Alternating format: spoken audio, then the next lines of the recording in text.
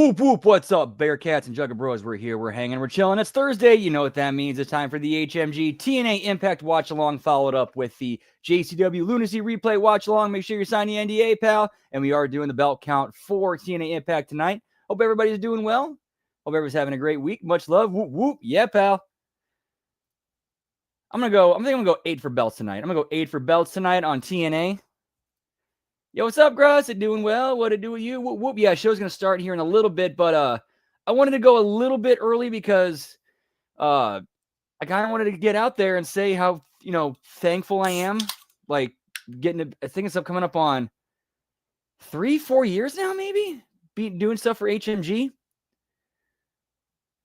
7 belts, pal. Whoop, whoop. We got a lab rat in the house. What are they testing on you tonight? Yeet, yeet. And it has been an absolute blast. I am absolutely blessed, thankful, and privileged and honored to be here, be able to do these shows. And yeah, pal. Whoop, whoop. Yo, what's up, Zach? Happy National Cookie Day to you too. Whoop, whoop.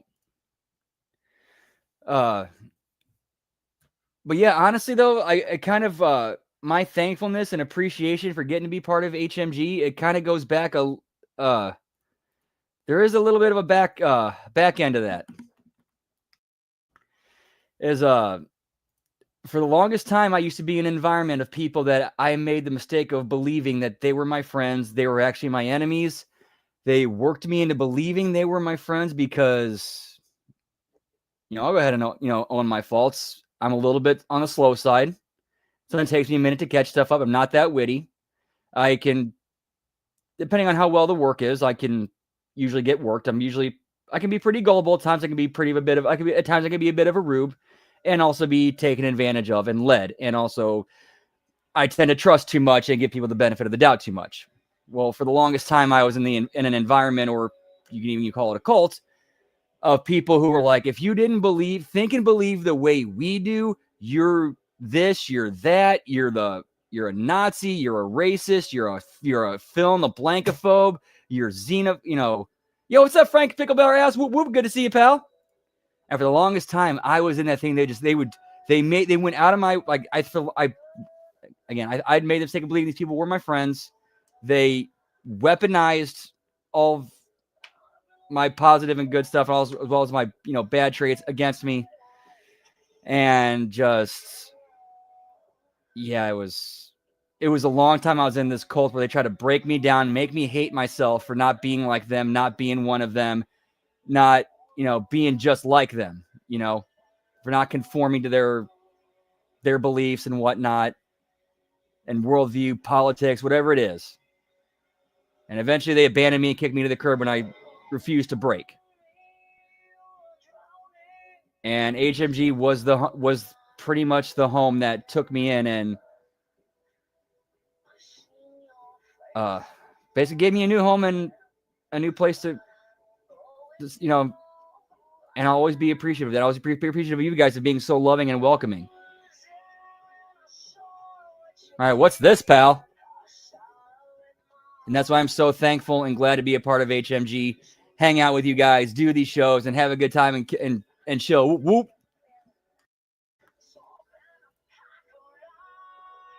Like, no joke, y'all legit saved me. HMG saved my life. Hey, thank you, Frank. It's always been a pleasure chatting and hanging with you. Whoop, whoop. All right, so this is something. I'm guessing this is to hype up their TNA going to AMC.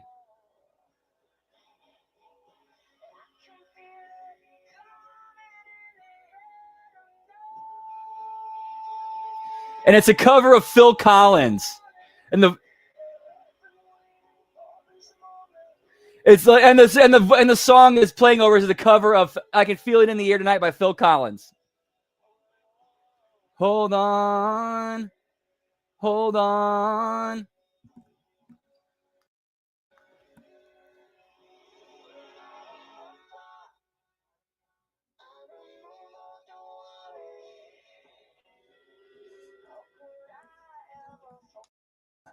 See, we got Leon Slater, Ash, the Hardy Boys, Macklin, Kazarian.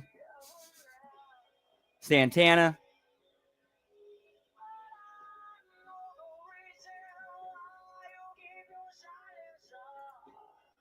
Eric Young.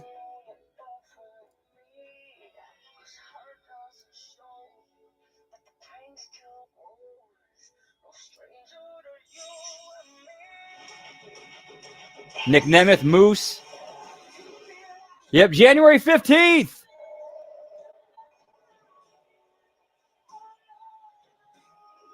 Dallas, Texas. Our story continues. Whoop, whoop. On AMC. Thursday Night Impact starts January 15th at 9, live on AMC. Whoop, whoop.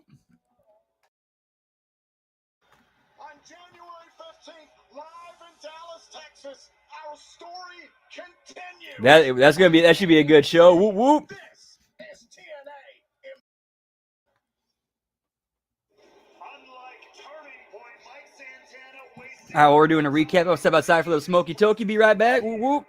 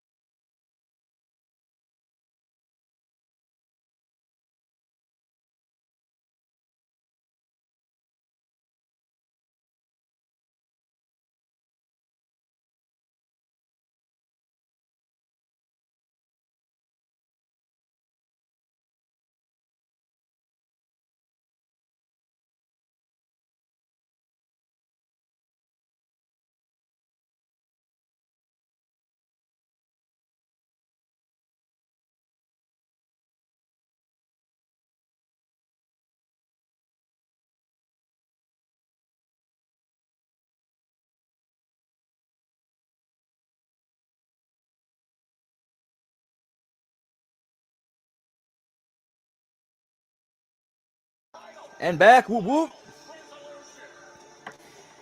And then here's what we got on the plate for dinner tonight.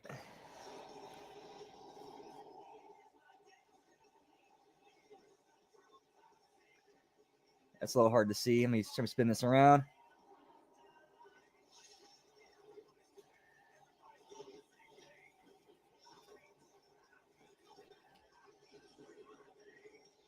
And yes, that is a crab leg.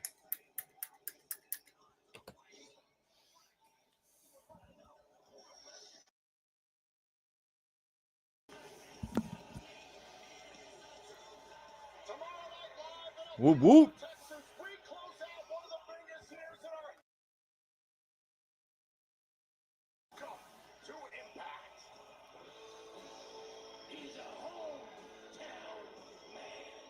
Hit me the hometown man, pal. Way to kick it off the show.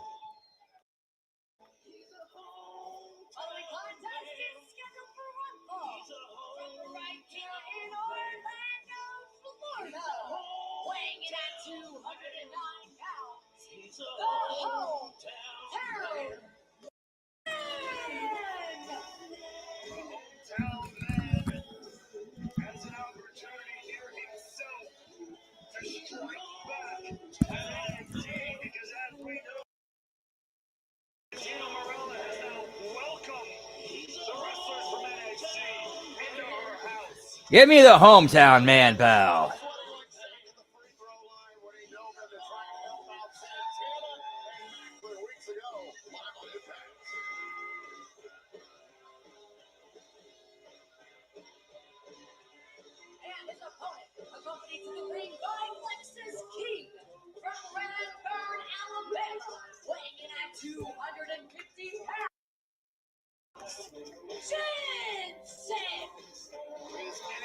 Outsiders setting up shop this Oh, you got some Brooks Jensen. Yeah, that's I believe this is Bull Buchanan's son.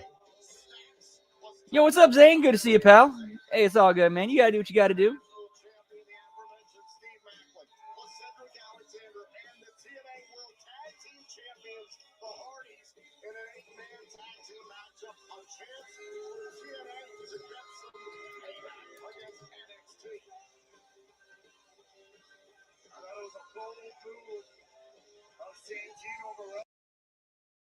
To kind of reverse course, if you will, after all the chaos of a couple of weeks ago, and instead turn the tide and just say, come on in, and we're meeting them right here on our turf. As I mentioned, the hometown man stood up for those three letters, TNA, weeks ago. The night that the TNA World Title match between Mike Santana and Ryan Nemeth that ultimately led to Frankie Kazarian calling his shot and taking Mike Santana. Oh. Yeah, we should have had some of that. And not only that, bring in Bull Buchanan to do it with him. A little father and son thing. And that's when you bring in John Cena's dad.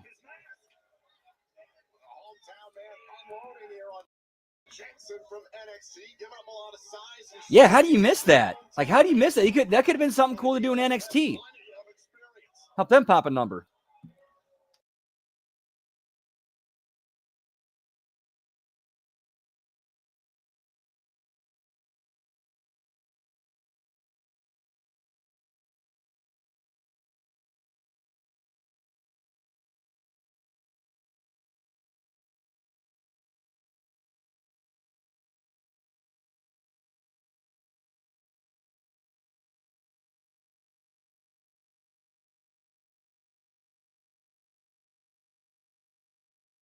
Regardless of how you describe it.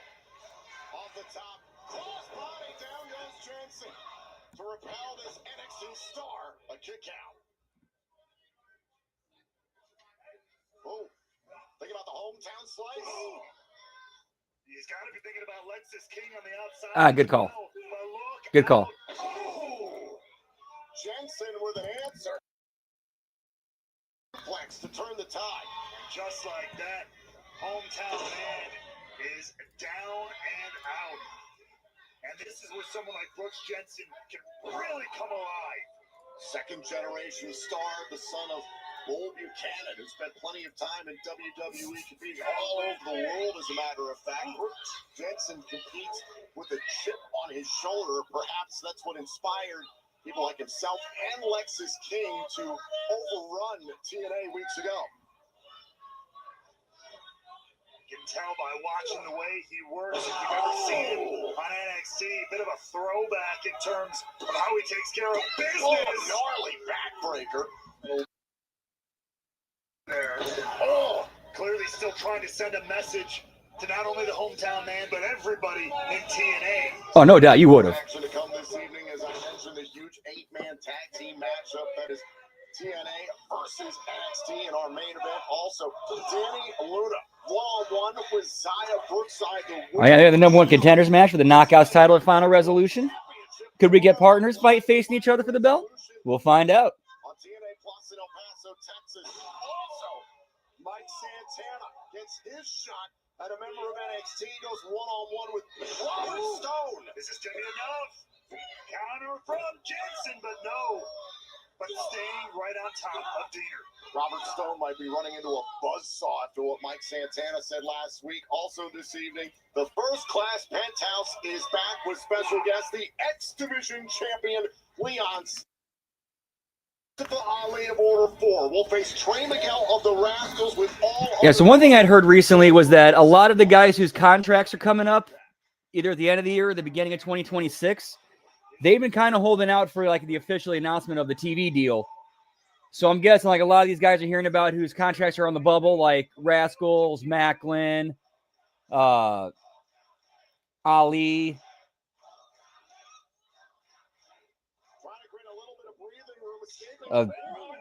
AJ Francis. I'm assuming though we'll start seeing some reports about those contracts either getting renewed or not renewed.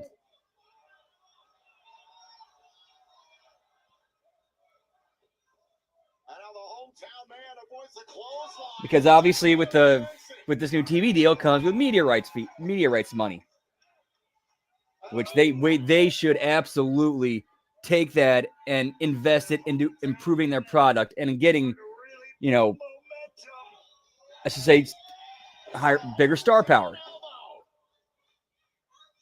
and also paying their employees more.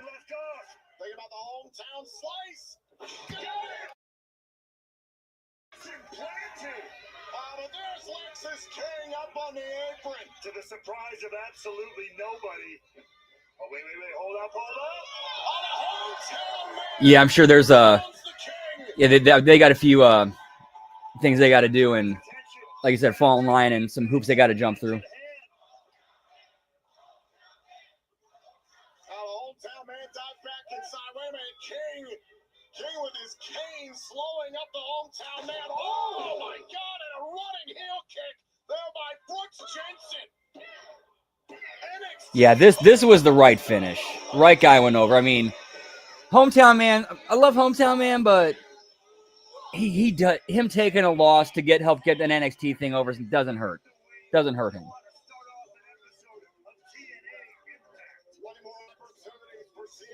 Yeah, production. They need to up the production values for sure. Now, I forgot to mention that. Good call.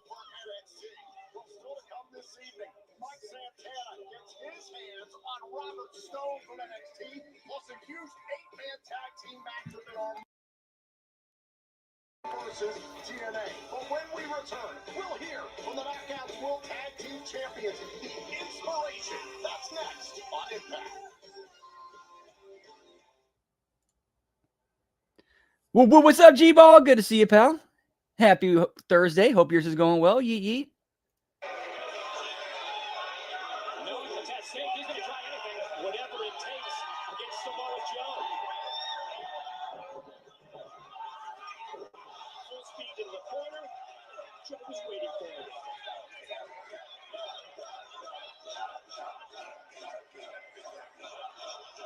So I wonder when this took place. Because this looks like this was after Hogan and Bischoff left.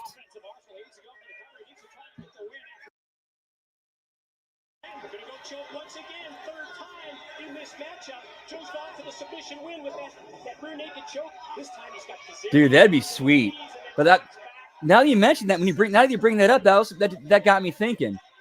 I wonder if part of the deal is AMC covering production costs or helping cover production. I'm sure I would imagine so.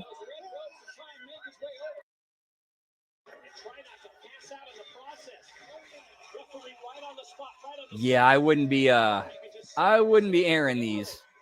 That is a good call. I would not be airing those. I'd be okay. Try to find some stuff that doesn't have Samoa Joe in it.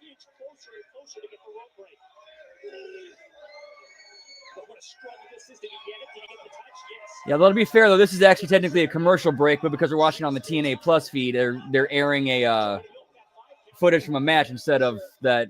We'll be right back.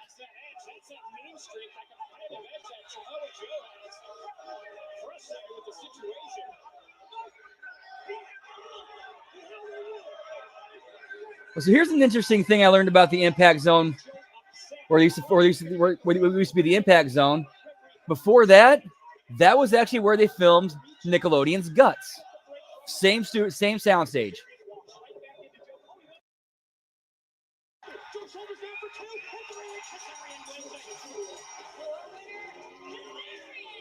Oh wait, no, it's Fortune. So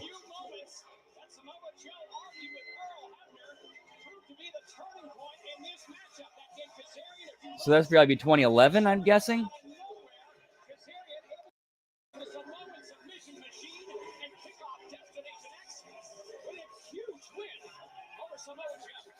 we get the close-up look on the face of both of these competitors, Samoa Joe right there, man, you can sense the concern with the defeat.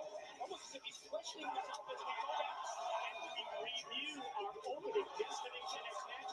Joe striking early, and there's the scene.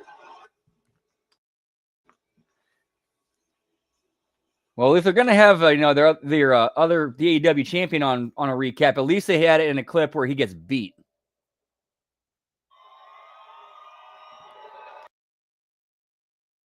the seats is getting a little small for me.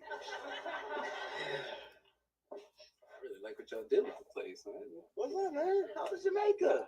Was it good?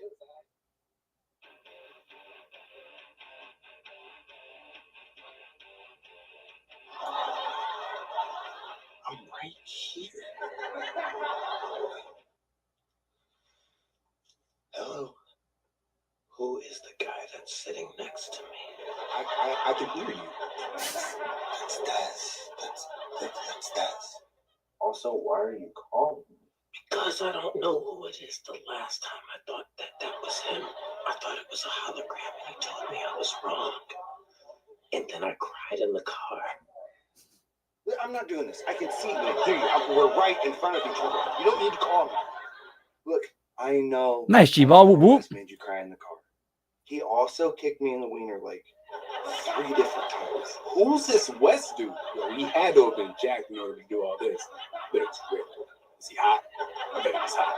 I bet he hit a big hole. Whoa. Yes, Wes is handsome. But Des is Des. You're the same people. Me and you left. We changed our names. Now we're back in TNA. I'm Zach. You're Des. Des is Wes. Why would I change my name? Office. What's the move? What we doing on the order for foods? Order what? Order for who? What did you do? I already asked some nuggets today. The group's name is Order 4. Damn, Ordering that sucks, bro. People for no one. It's Order 4. They consist of Mufasa Ali, Jason Hotch, John Schuyler, before and after I like to call him, and Agent Zero. Should be a hero. He's pretty tall. It's Order 4. Yo, chill. Yeah, I mean, at least they didn't ignore that. Hey, we still,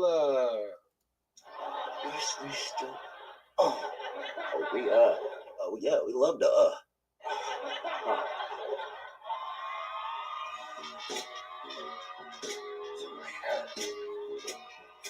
Oh, whoop, whoop.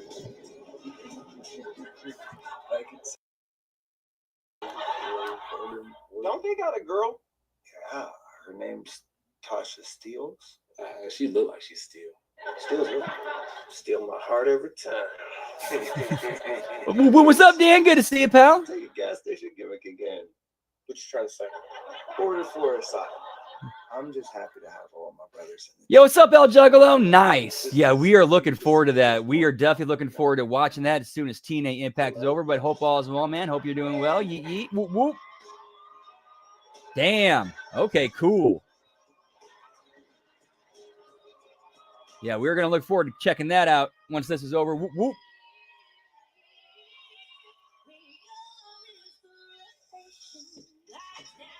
Two belts.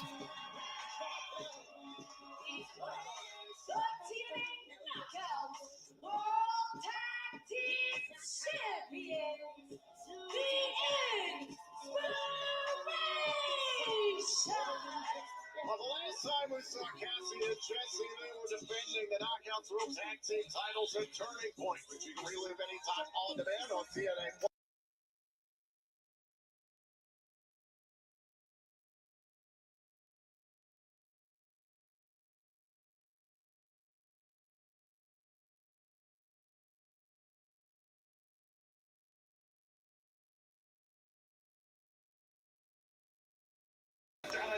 All right, I like that segment. I like that Rascal segment.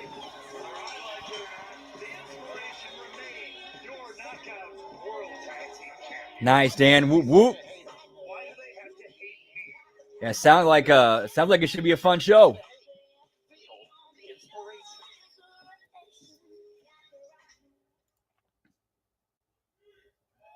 Seems like they're changing. It seems like people are taking notice.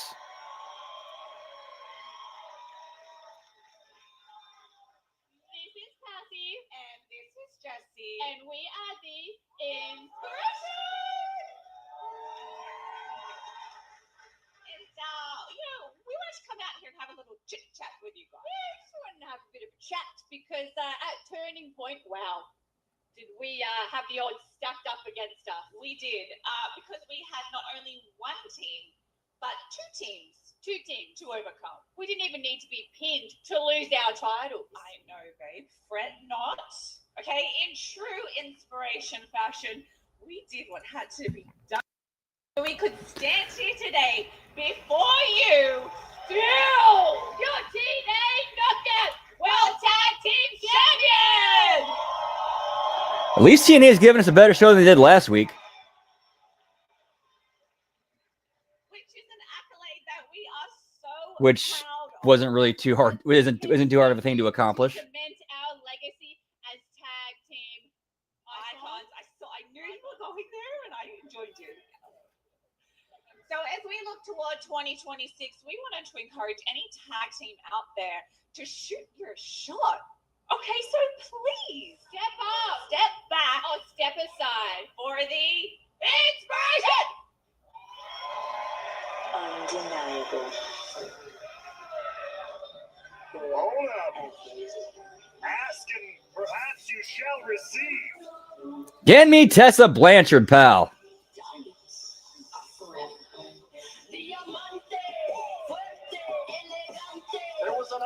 And Victoria Crawford, pal. Victoria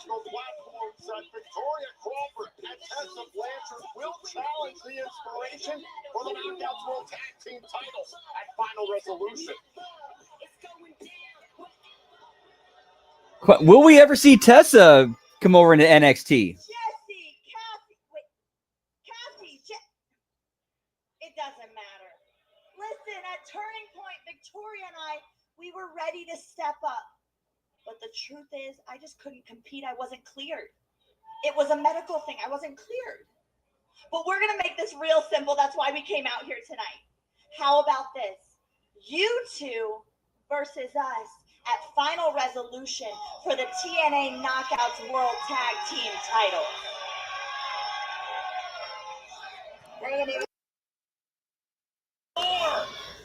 Moore who stepped in for an injured Blanchard at Final Resolution. Clearly still running deep with Blanchard and Crawford. Okay, so now we're getting another women's trios group. Moore and Crawford going after Cassie and Jesse. I mean, that's one way to get ahead in the Knockouts division. It's a bold move.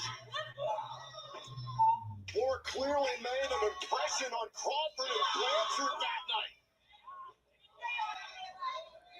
That was kind of a weak beatdown. I'm sorry. That was kind of weak. That was pretty weak.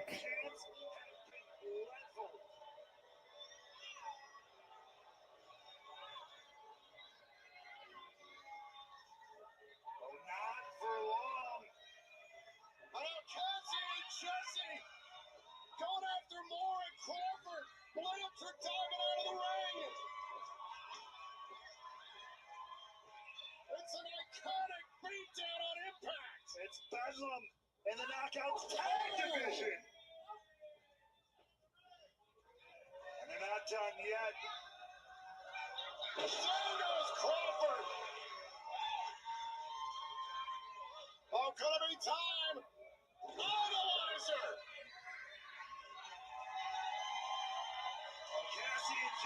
Okay, so based on that, I'm going to assume that heels up at the pay-per-view. Tomorrow night in Aliso, Texas, Victoria Crawford and Tessa Blanchard will challenge Cassie and Jesse for the Knockouts World Tag Team titles. However, with Mila Moore that changed things tomorrow night. The Knockouts World Tag Team titles will be on the line live on TNA Plus at Final Resolution. Whoop, whoop.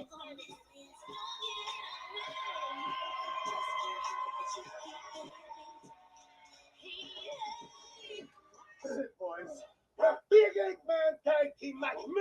3 belts. Those guys are going to be sorry. 5 belts. Started this nonsense. This is TNA. We have forged in the fire. Boys, here. McLean. Celtic. Let's fire up and go out there and do it. Celtic. He cut Cedric Celtic.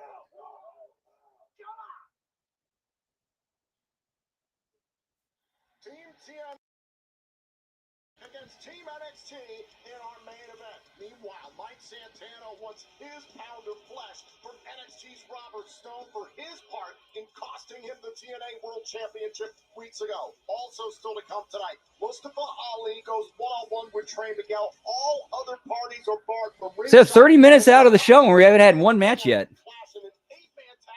So I'm sure they kind of front loaded the promos and whatnot. Challenge Blaine Lee for the Knockouts World Championship at Final Resolution. This match is next. Break time. That means we're gonna put see what match they put in there for this one.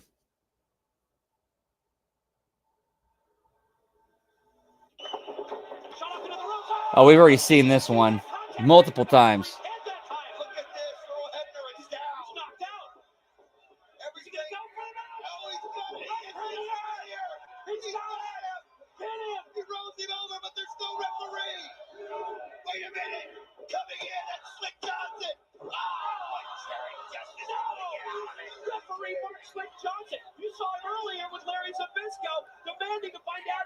Slick Johnson, that's a dude who took to the business quick. He was like he had never done anything in the business. I think he was somebody's buddy. They threw him in the ref roll, like the heel ref roll. Dude, he took to it like a fish to water. Like you would have had no idea this dude had never done this before.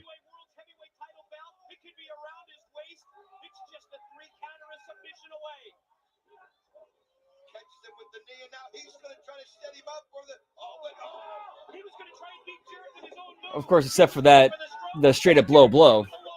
Oh wait, never mind. Forgot the spot had him getting low blow before he could call for the bell.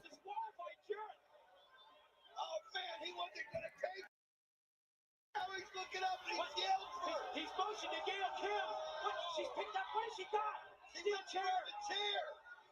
Oh, wait a minute. With all the referees down, they don't see this. Yeah, this was a weird era for TNA. This is like right when they got signed, like maybe a few months into their Spike deal. They had just signed Christian. They had just signed Sting.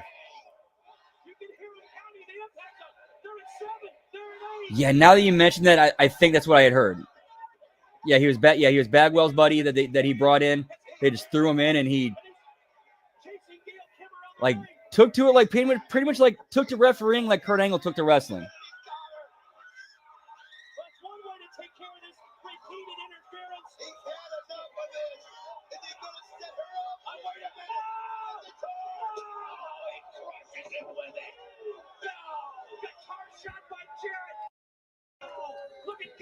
Man, and Gail Kim, absolutely tremendous.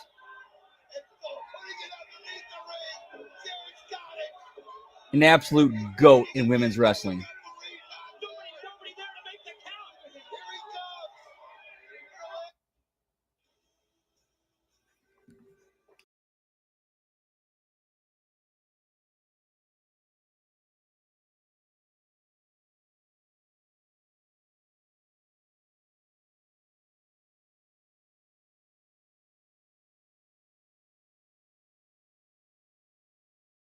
TNA Thursday Night Impact will make its new home on AMC. We are so excited for the future, and tonight, Impact comes to you from Full Sail University in Orlando, Florida, NXT's old stomping grounds. Now, speaking of NXT, this past Tuesday night live on the CW, the X Division champion Leon Slater teamed up with Miles Bourne, Devon Evans, and former TNA World Champion Joe Hendry up against Dark State with this matchup, and that whoever scored the pinfall would have the advantage going into the Iron Survivor Challenge this Saturday at NXT Deadline live in San Antonio. Down the stretch, it looked like Leon Slater with his Swanton 450 could have scored the pinfall. However, NXT's Miles Bourne tagged himself in while Slater's team got the win. Bourne secured the to this Saturday. The winner of the Iron Survivor Challenge earns a future NXT title matchup. Could TNA's I just thought of something. Based on that finish, I'm wondering, are we going to see Miles Bourne turn heel and feud with Leon Slater? I'd be for that. I'd be with that. Miles Bourne and Leon Slater. I'm with that.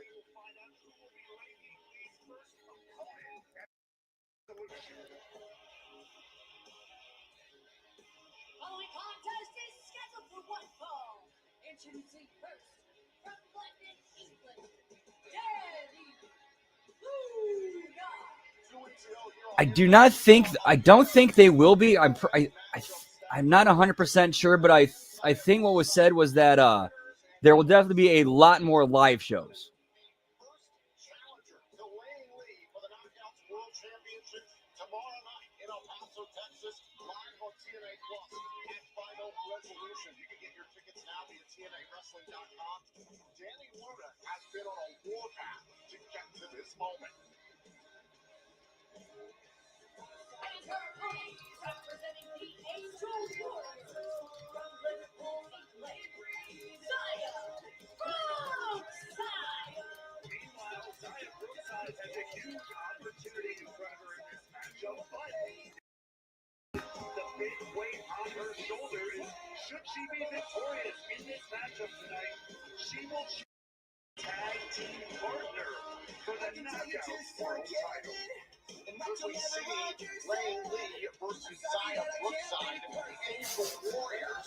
Give me apartment wrestling, pal. Championship and Final Resolution. Ladies and gentlemen, you can watch. I have not heard that term scamp used in a long time, so points for that.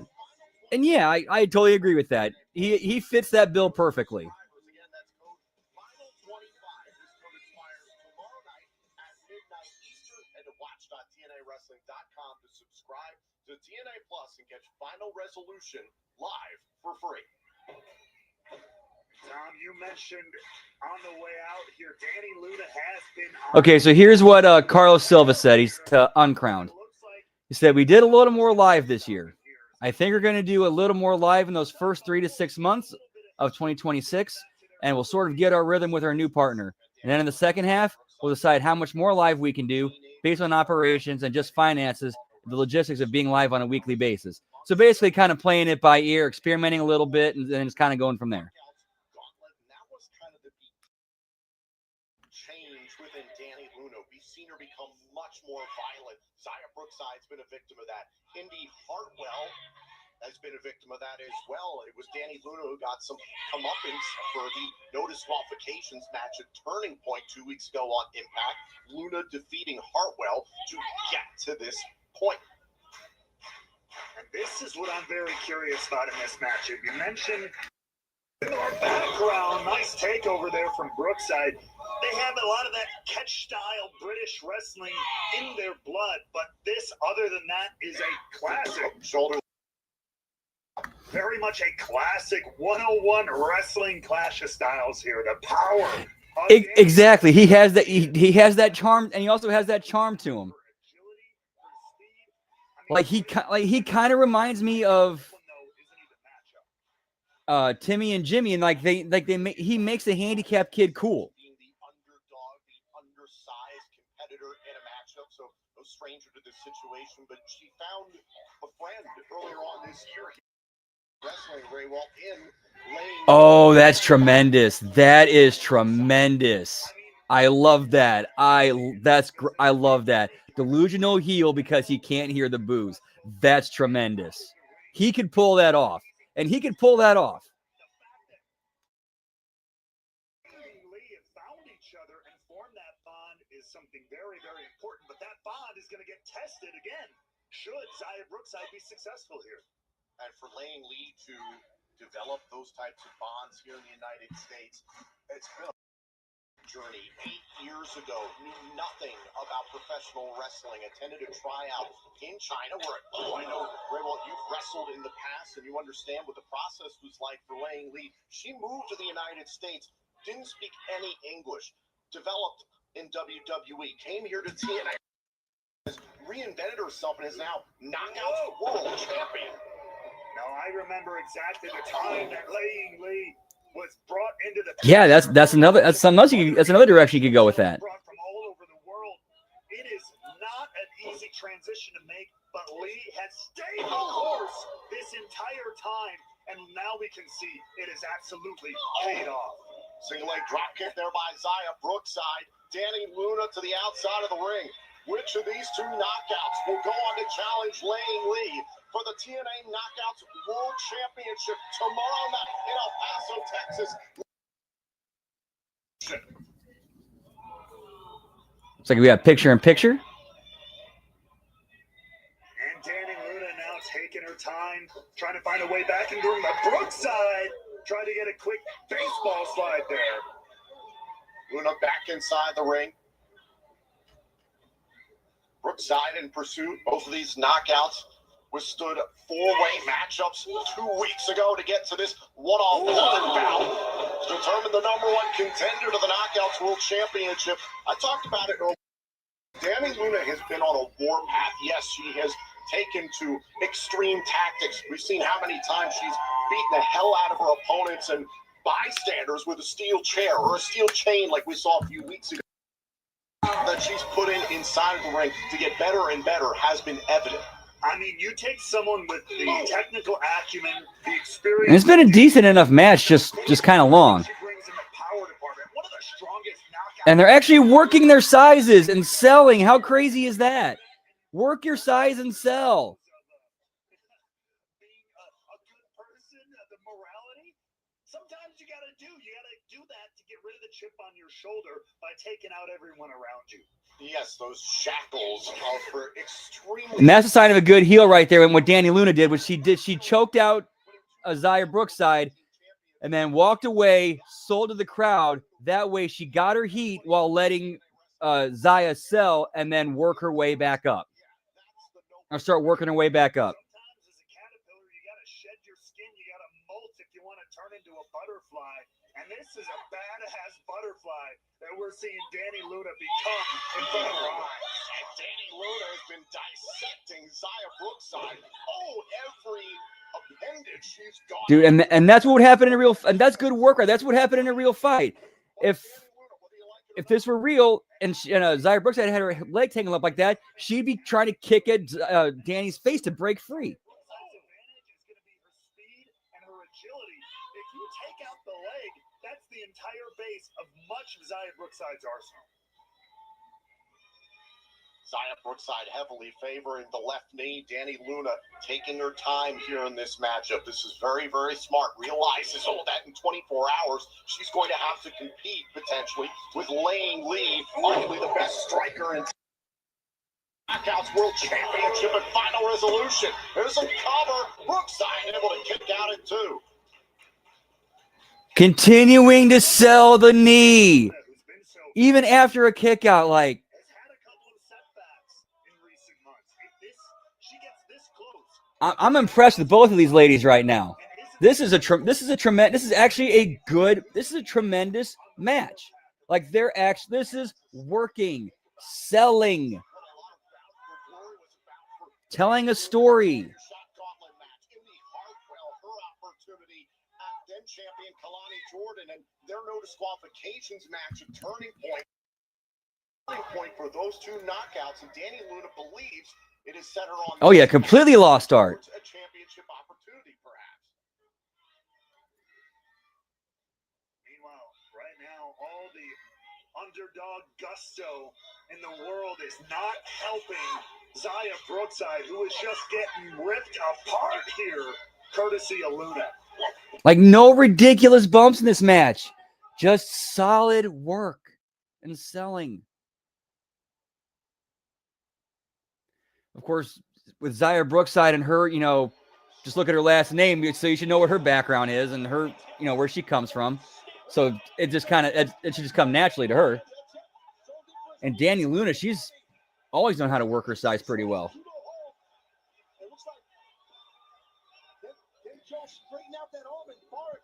And now we have a match with two dudes in AEW. And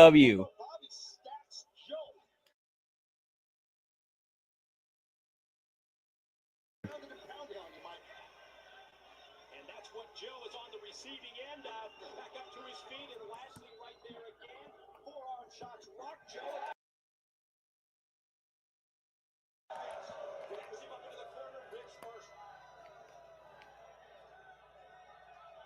Joe just, again, as I pointed out earlier, wrestling his pace here. But Joe shouldn't do this. He's trying to frustrate and disrespect Bobby and poke him out. I don't know if I agree with that. Don't want to play games with a guy like Bobby Lashley. All right, well, while we're doing that, I'm going to have some fun with this, pal. Yeet, yeet.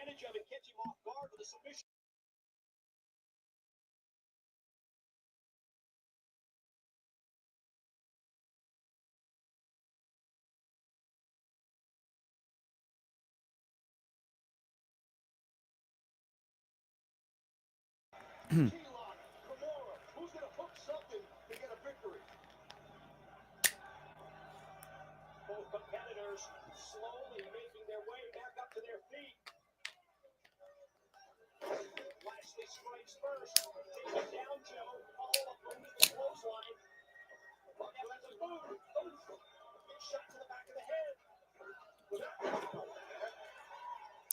Devo suplex right there. Quick and explosive. And very effective. Yes, sir. Yes, sir. Watch out, Joe. Excellent count. Whoop, whoop. Clothesline. Joe might went for a couple. I got those claws busted, or at least cracked. So I was like, I start peeling and eating, eat. Man, I'm gonna start peeling and eating. I'm hungry.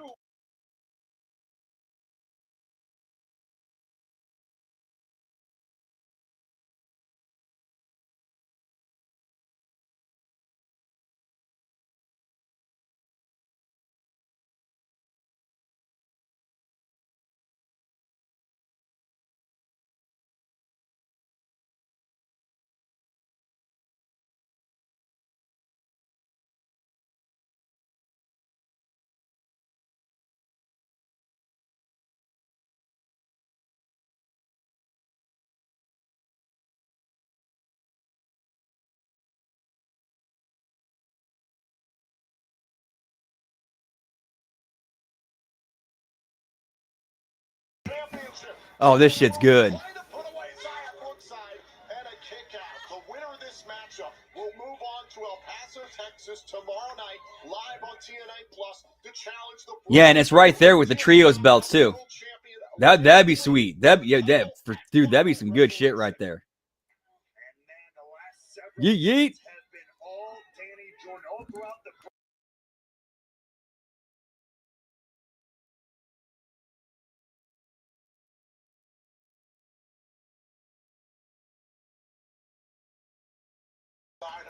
Okay, these crab legs are delicious.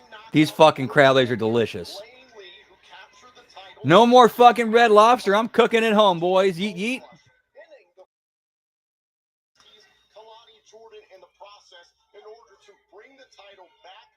I got some Papa John's spicy garlic to go with it. Mmm. Mmm. You saw just how emotional she was after that match, and how much winning that title meant to her. Whoever is going to face Lei Ying Lee is going to have a hell of a chance. And now they're kind of throwing that all away with this comeback spot.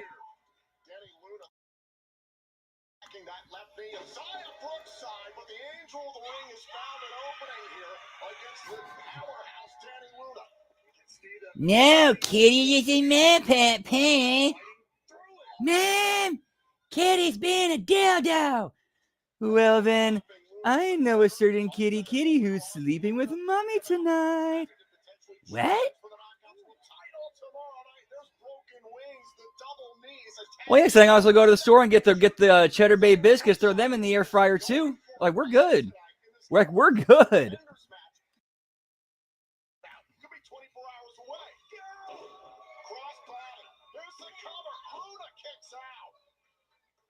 Very close. They're hell of a turnaround here from Zaya Brookside, but took a big risk there with that flying cross body. Although if they get some kind of like feast deal that's, or some all you can eat thing, okay, that's a little bit different. The better part of the 2 years she spent here in TNA wrestling, virtually since the beginning, she injected herself into the Knockouts World Title picture, and now Danny Luna trying to make sure she can get to what she craves most, the championship. Yeah, now they're kind of and some of the work that they did, they kind of they threw it all away a little bit during this comeback.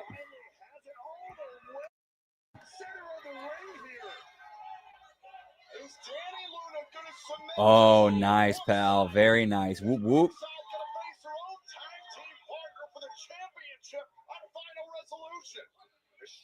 Yes, sir. Whoop whoop.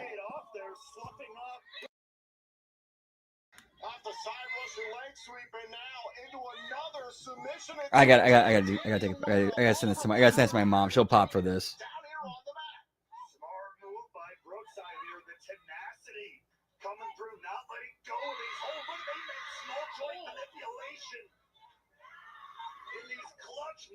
here. Oh, wait a minute. Luna back up to admit this is dangerous for Zaya Brookside. Got her up, look out.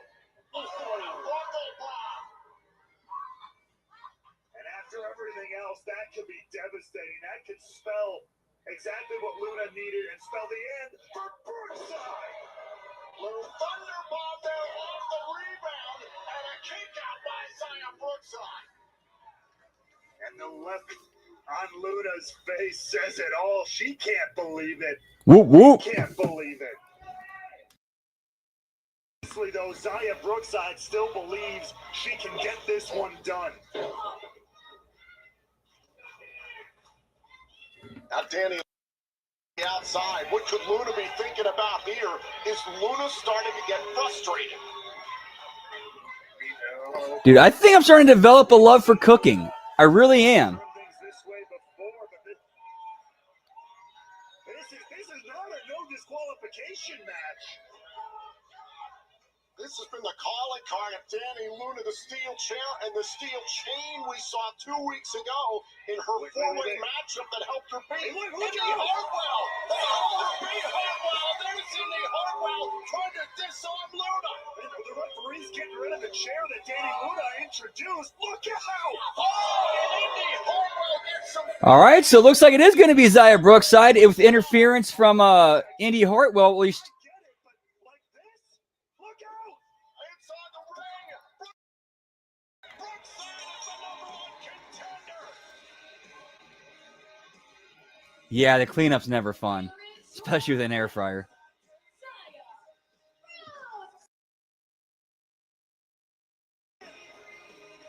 What a gigantic win for Zaya Brookside, the new #1 contender for the Knockouts World. All right, if they would have cut maybe a few minutes off of this match, this would have been a much better match. But I'll give the women all the credit in the world. They did the best job they could to make the most out of that time and make it make sense without making it too, like, repetitive or boring.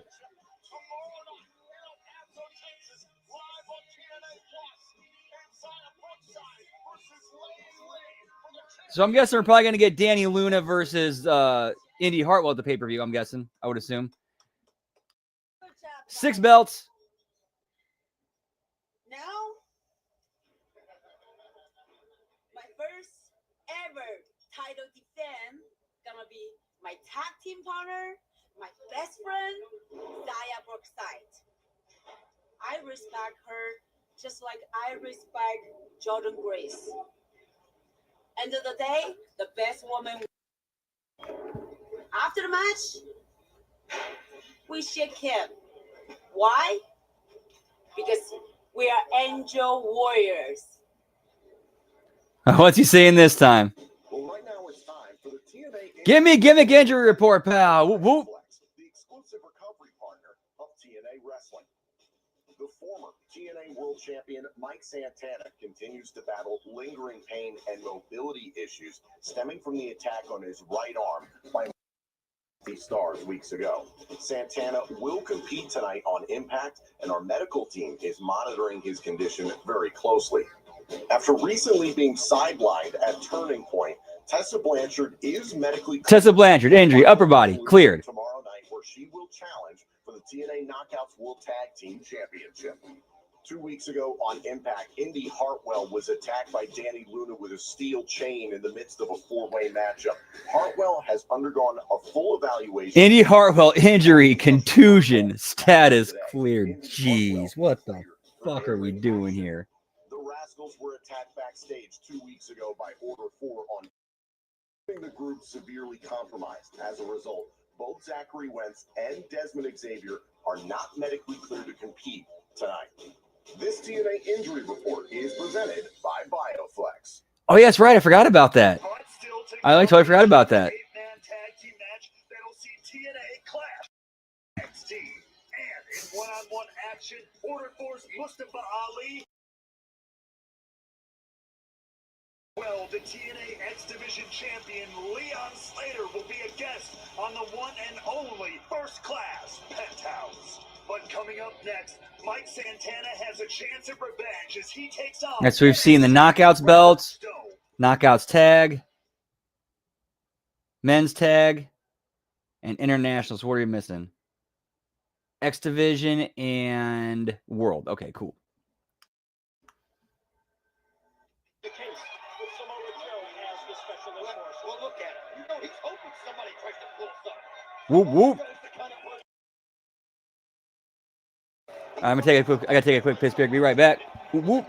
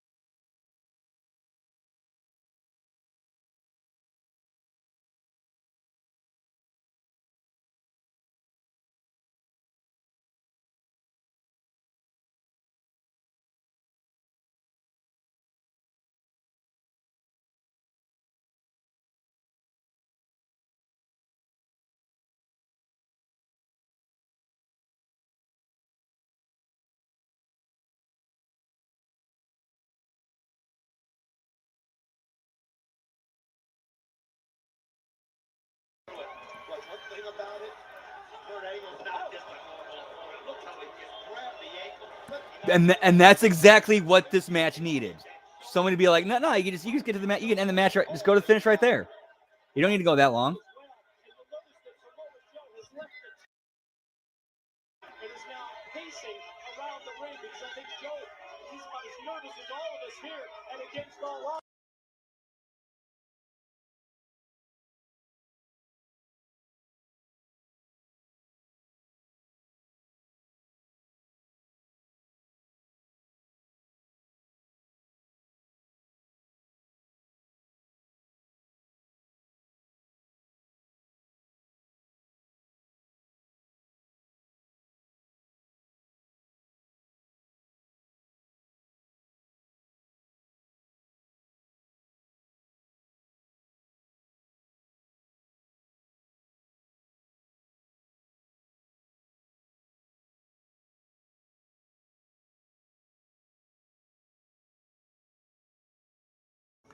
Whoop whoop.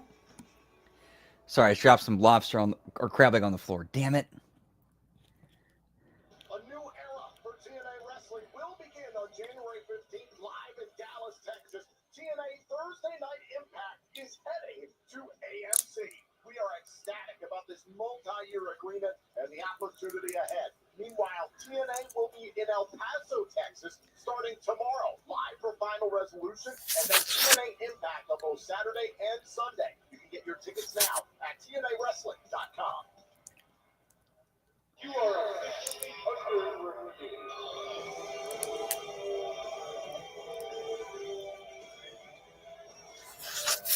Following contest is scheduled for one fall. Introducing first, from the Jersey Shore, weighing in at 180 pounds, Robert Stone! Robert Stone, who once upon a time was even calling the shots around here over the summer. Harold Stone. That's right now. Leading the charge.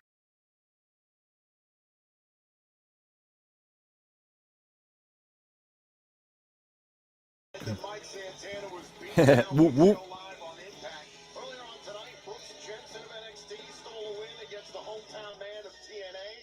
And now, Yes, exactly. Exactly, Labrad. Or do pre-tapes, vignettes. Just there's others. You can just do so much more at that time than just kill it with long matches.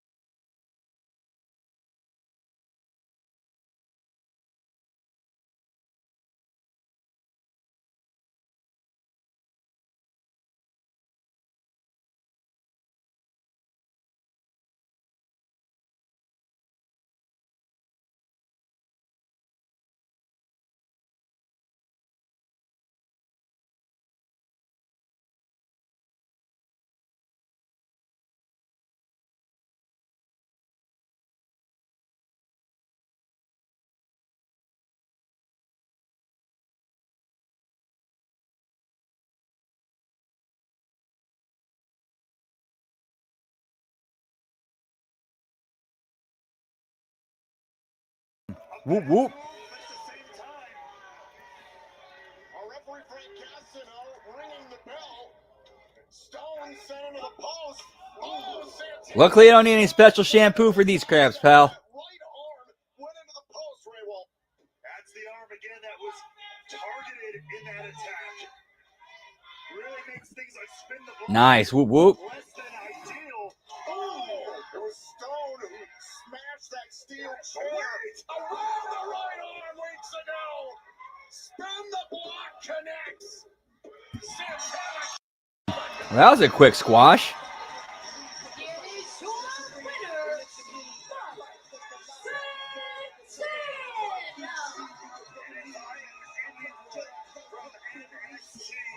This is the best man I want standing across the ring from me.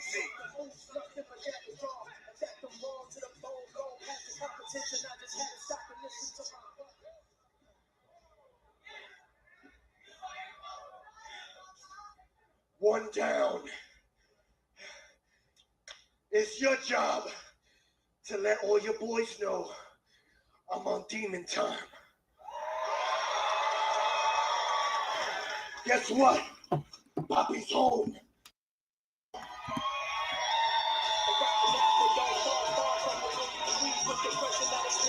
Message sent.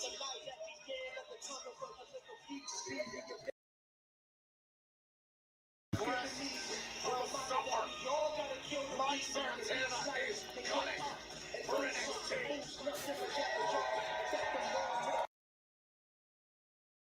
Cheers, genitals. At Full Sail University.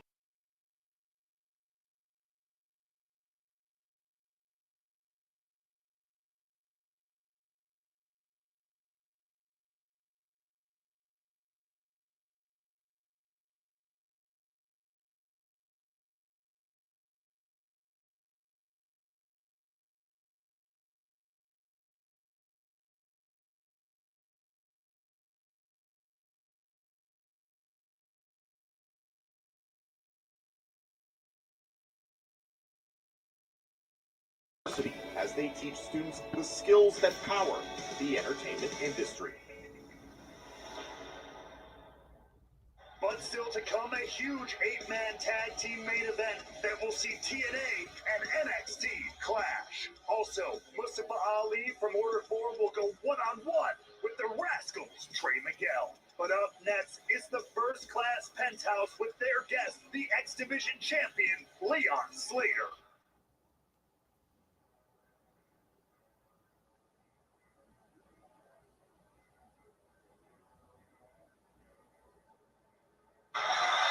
Hardy fights him off.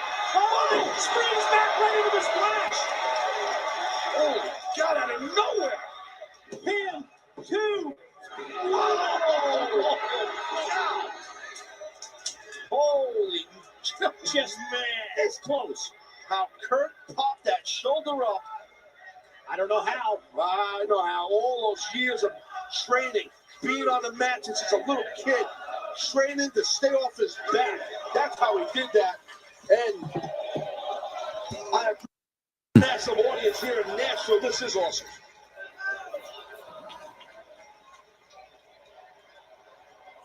Oh, who's going to get to their feet first? That's the question. And whoever that is, they might get the advantage. So Good stuff, pal. Whoop, whoop. To answer your question. Indeed, pal. That's how you do it. To a knee, Hardy's to going to his leave. feet. Hardy's going to leave here. Oh, no. Oh, no. Ankle lock. Right. Pull back in. Not able to escape the cage. Through the door. Ankle lock is turned around. Switch now. It's Hardy with the ankle lock. Going to try and beat Kurt with his own patented submission move. Get the legs in. Jeff, get you just grapevine his leg and you'll get him. Referee Hebner right in the face of Kurt Angle. He's got his hand up back. He's going to tap. Is he going to tap? Who better than Angle to know the counter? Clothesline misses. Oh, yes, There it is. Kurt again. He grabbed at that leg before that twist of fate. That slowed him down. Hardy not going to go for the pin attempt off the twist of fate. I thought he might go for the cover there.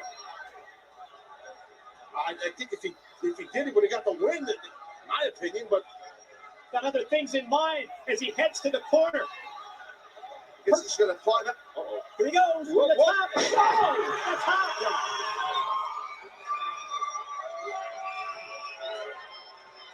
Well, that camera angle told you the whole story, man. That Swanton was insane. He's not satisfied. Not going for a pin again. High risk again. Second time. Here's the pin. Here's two. No! Oh, my God. You gotta be What kidding does me. he have to do? You got me, man. Switch to fake. Back-to-back swantons. And not enough to put Kurt Angle away. Both men leaving it all in this ring, man.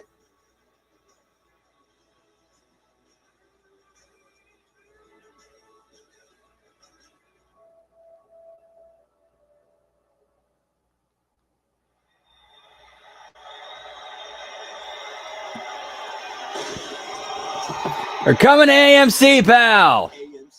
Sorry, I'm texting with my mom. It's a little bit about how her thing. Her thing always with me has been like, you eat out too much. You learn how to make stuff at home. And now I finally learned how to do it. It's like, yeah, you were right. You were right. You were absolutely right. 7 belts. Audacity of you to think that you deserve not only a match with me. So, Lab Rat, right now, you are currently the belt count leader at 7. Whoop, whoop. Decades to get. Especially considering this is coming off the heels of you just announcing that you're retiring. You've joined this retirement bandwagon. Everyone's retiring. John Cena's retiring. AJ Styles is retiring. Well, the difference is those guys had runs. Those guys are going to be missed. Those guys are legitimate stars. You couldn't be a star if you were thrown by a ninja. Okay, I had a pop for that line from Frankie Kazarian. JDC, you couldn't be a star if you were thrown by a ninja.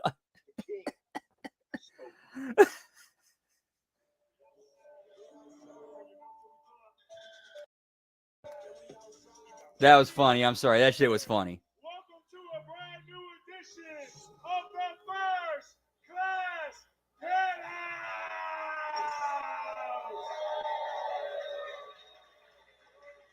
Allow me to reintroduce myself. I am your host, AJ Francis.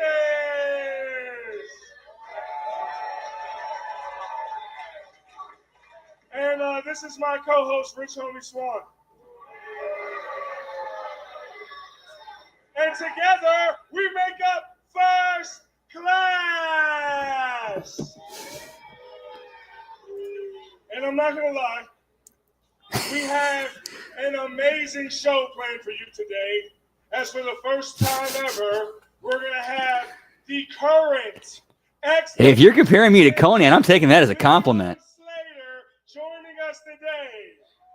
See, he's only the. No, but really, it actually is some positive, good stuff. Because you didn't get the job.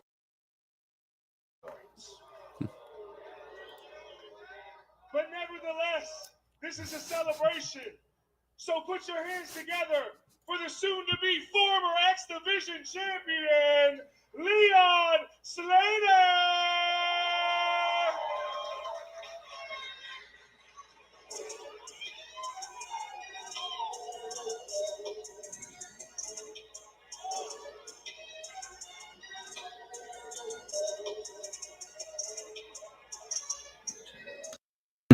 Okay, so that's now 8 belts.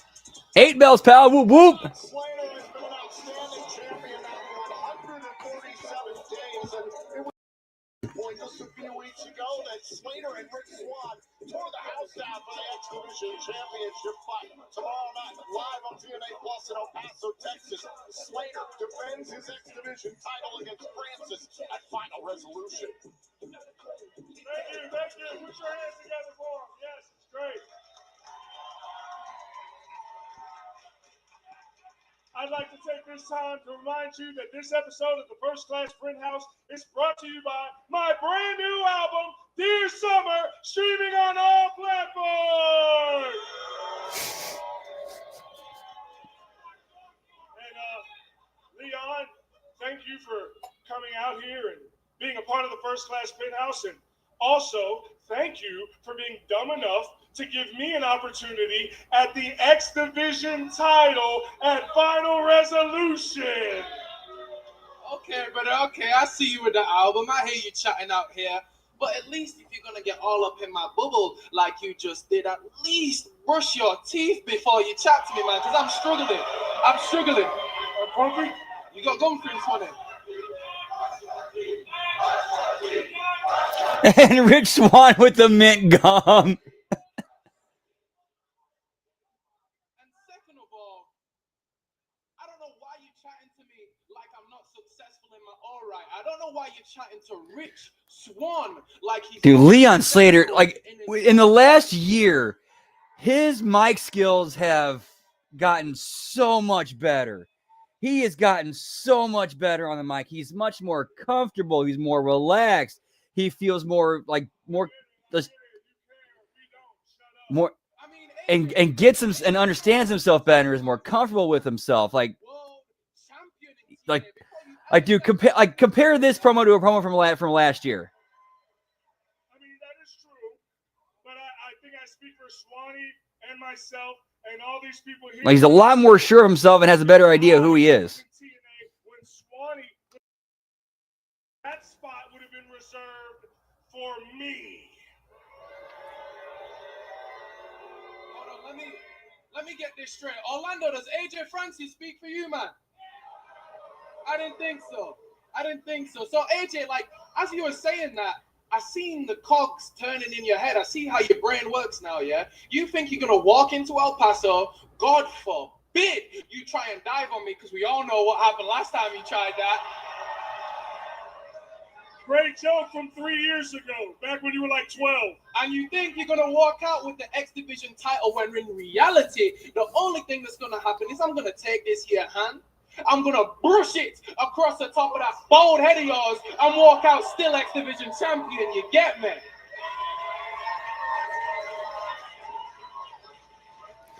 Yeah, WWE is for sure picking him up. They are for sure picking him up. There's a reason why he's consistently on NXT. But you know what? This is a joyous occasion because we are celebrating my future as the X. Like one of the few TNA guys who's consistently on NXT. Cheers! Hold on, let me give you one first. There you go. Cheers!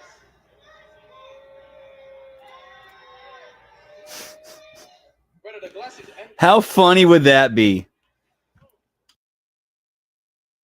God, aren't you like 16? You can't drink anyway.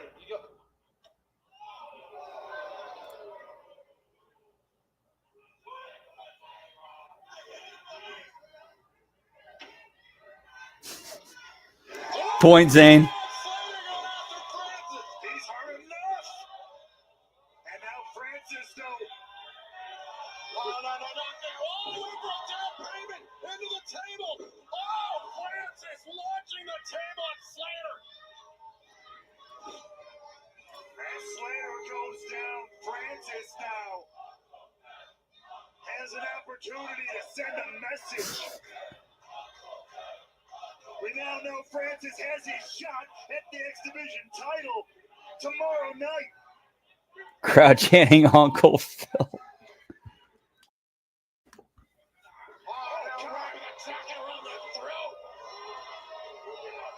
To be fair, this is a different kind of threat to the X Division title than Leon Slater is used to. This is a different kind of opponent. Francis barking orders at Swann. We're going to take Leon Slater's head off.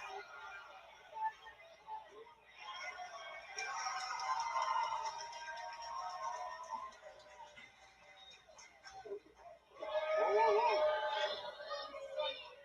You need somebody You gotta do it yourself. Oh! Swan refusing to hit Slater. Oh, down payment. I like this segment. All right, and then with heel getting heat. I like it. Of course, I looking at this. I'm guessing Slater's going over on the pay-per-view. Money, money, money. Emphatic message sent by AJ Francis. We're gonna find out who is the true class of the X division tomorrow night live in El Paso at Final Resolution.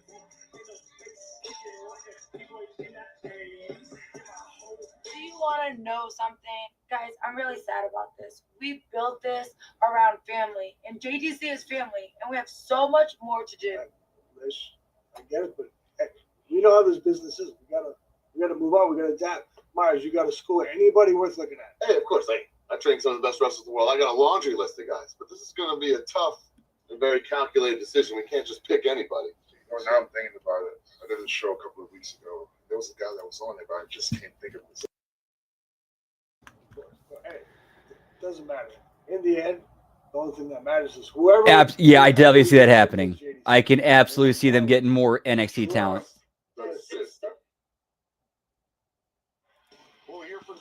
Like it could like I could see a very symbiotic, mutually beneficial relationship with this new with them being on AMC now.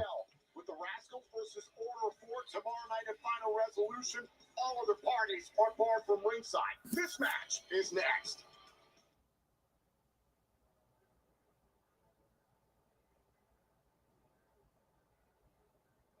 Joe looks like, oh man, he hits him. Samoa Joe, for every time he turns it around and gets some momentum, the Olympic gold medal is able to turn it back in his favor. Angle challenges Joe to get back up to his feet and take more of a beating. Samoa Joe came so close to putting that rear naked choke on. I don't think he had it fully cinched in and applied before Angle butted him, and then Angle takes control. The three Germans, gonna go there, Olympic slam, but instead the choke applied ankle lock. This is what he beat him with. Can he beat him a second time? Is Joe gonna tap? Again, Joe just didn't quite have the strength to turn it around, but then he does. Oh, dude, I think he did. Yeah. Samoa Joe was just testing it. He waited to Whoop, see whoop. if he could do the momentum, and then he breaks the knee right up to the chin of Kurt Angle and sets him up to the top rope. But can Joe get this momentum back? Could it be the muscle buster that he's setting him up for? How does he do that for a man that size? Angle never saw it coming. Is he gonna feel this muscle buster? Oh boy, there's no doubt. Oh, look at this! He got it! One! Oh man. Again, he's got the ankle lock! Submission applied. Look at the position. Dead center, middle of the ring. The place is going nuts because they're anticipating Samoa Joe to tap out a second time. The tuck and roll worked once. Can it work a second time, or can Joe come up with something else? Look at how Angle gets to his face. Angle got to his feet. He doesn't want that to happen to him again, and now. You see, Joe said no. Joe said no. And again, he tries it. And again, he's able to use his weight. And if he didn't have that weight advantage, I'm telling you, though, that's how smart Joe is. He knows that. Olympic slam. Oh man, he just won right Here it after is. another. Here's one. 1, 2. Oh, he gets up just in time.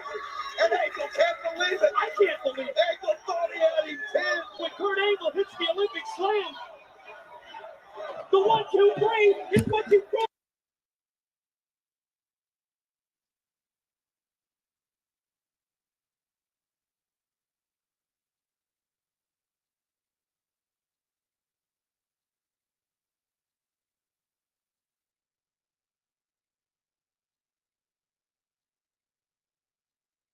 You at this point. Whoop, When whoop. it's been so successful for you in the past, when you beat Samoa Joe with it, tuck and roll this time is blocked by Angle. Wait, look at this. Shoulders down. Oh man.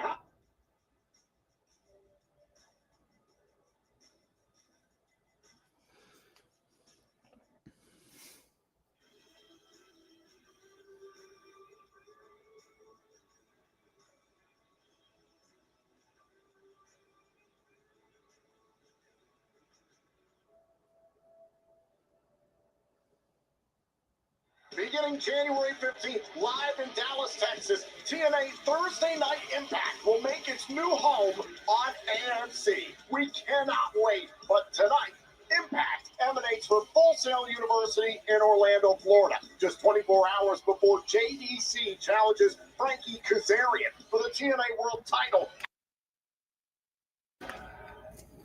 27 years, millions of miles driven, millions of miles flown. I'm not nervous right now. I'm just a little upset because I got nothing but respect for you, Frankie. And I just heard you cutting a promo on me, insulting my stardom. My star is faded. And it was the last time I was relevant in this business. So let me ask you, Frankie, how many WrestleManias have you done? And I don't want to be that guy that throws those little inside jabs back and forth. Who's the bigger star? Frankie, we all respect you in the locker room. You came up right before I did in New England. You trained at the same place that I did. I look up to you, and then you hear that I got married a couple months ago, and you want to take some little jabs at my handler, my wife. Wrestling aside, that's personal, bro.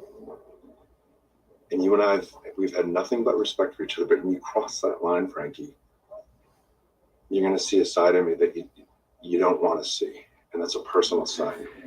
Bless TNA's hearts. Bless JDC's hearts for trying to at least put a little bit of something on this world title match that we know Frankie's going over in. We know Frankie's going over in this between him and JDC. My brain, my body, and my wife. And I want to leave this business better than I got into it, okay? So, Frankie, a final resolution. I'm going to show you what a real star is. It's become very personal very quickly between JDC and Frankie Kazarian. They battle for the TNA World title tomorrow night live at Final Resolution.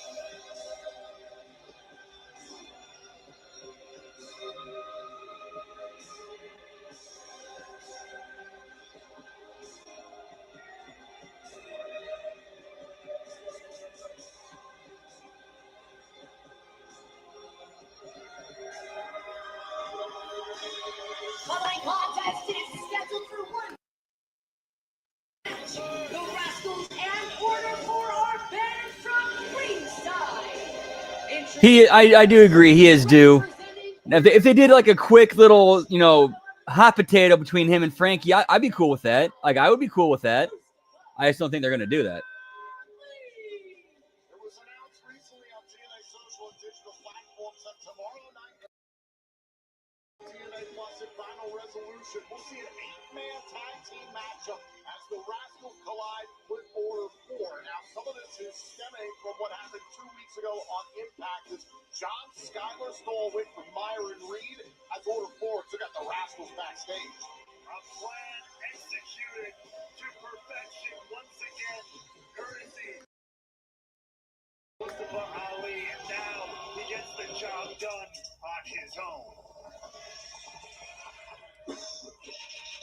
Because the story obviously should be Mike Santana eventually gets his revenge, eventually comes back and gets the title back from Frankie Kazarian, but right now he's on a side quest dealing with the NXT dudes who injured him, which led to him losing the title. So, yeah, so while that's going on, you could easily do something like that where you flip the belt to Fandango for a little bit and then flip it back to Frankie.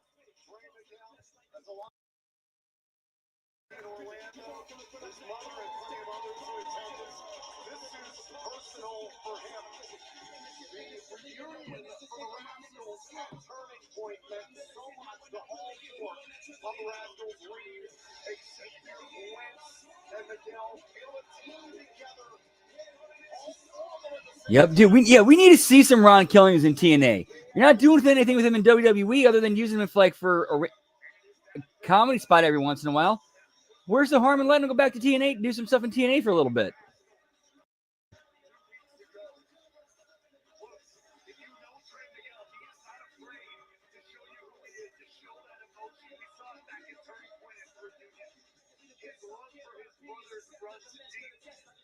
Will that get the best of him here? Will Ali exploit that even more than he already has?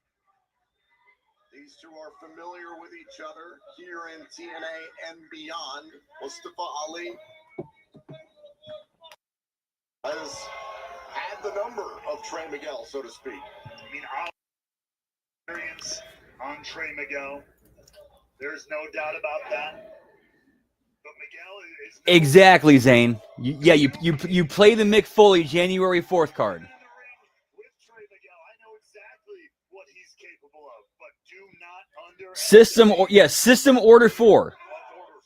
Both of these men, former X Division champions. Have them run out like the Corporation and DX. Also tack on a TNA World Tag Team Championship for Miguel. Now Ali trying to Yes. And then Santana is Steve Austin. Done for the X Division, though.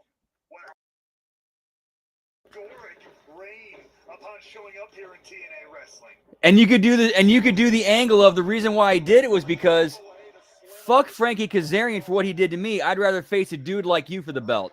Miguel keeping pace, and I'd say pushing the pace against Ali. Miguel has Burger.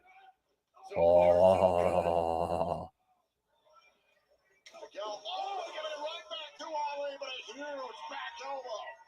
sometimes it ain't gotta be fancy. You certainly don't have to be a technical spectacle to knock someone's teeth out. But Ali can do it all. We have learned that Mustafa Ali is not afraid to go into a fight with an ace in the hole, so to speak. Whoop, whoop. He's very okay with the unfair fight. I think that's what played out last week between Sky.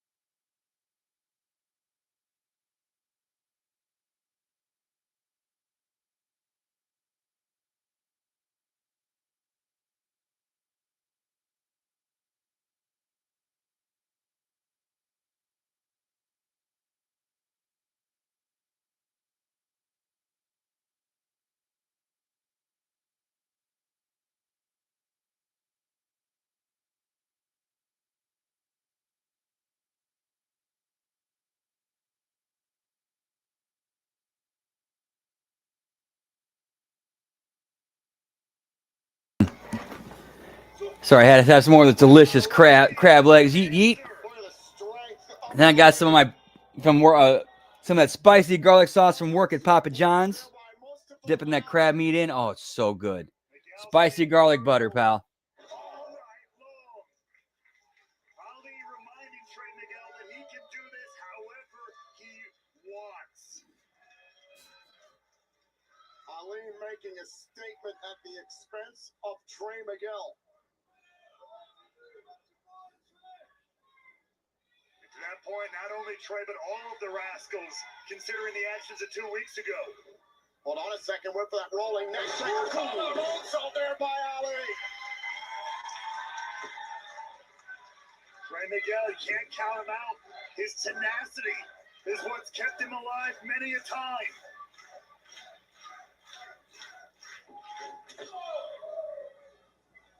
We saw how emotional Miguel was at Turning Point to see Desmond Xavier come back home with TNA. This is personal. Miguel might be able to turn this matchup around.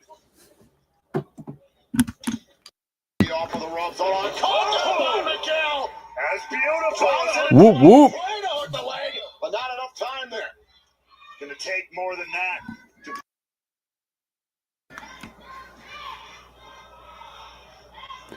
Thank you, Zane. Yeet.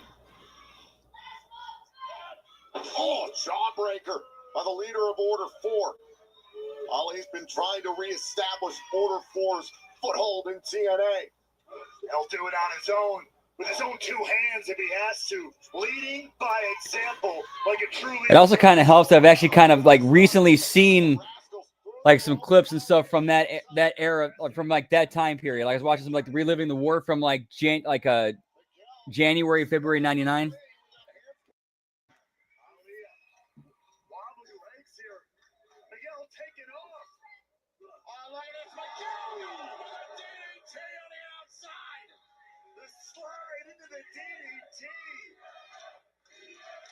We gotta take another look at this. Watch Trey Miguel slide on his knees right into the DDT, planting Ali on the floor. And Miguel trying to get Ali back inside the ring. Remember, the Rascals in Order 4 are all banned from ringside for this matchup. Mano y mano. In the purest sense of the word. Oh, there's the Meteora! Tight cover here, tight cover, but Ali able to kick out. For a long time here at TNA, that is how Trey Miguel put away a lot of opponents. And now, though, Miguel's got to dig down deep into the basket of tricks. Ooh, as he rains down blows on Mustafa Ali. Big forearm shots here by Miguel. But Ali, go for the knuckle lock here. Turning this around, using his size and strength, trying to pin Miguel. In the second rope. Oh, Are you kidding me? pressing the shoulders down. Ali able to break out and he collapses. He had left. Trey Miguel now.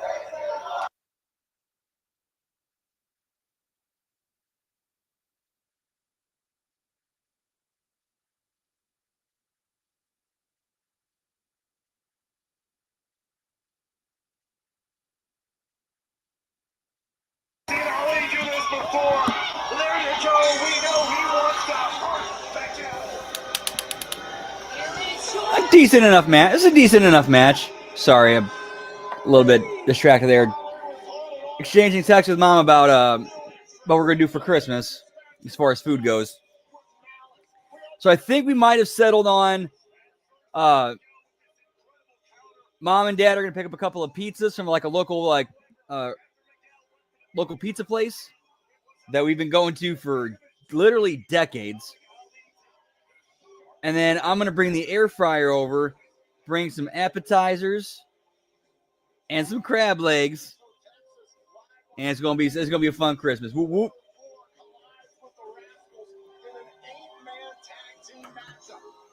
Mustafa Ali believes he is the best that TNA has to offer.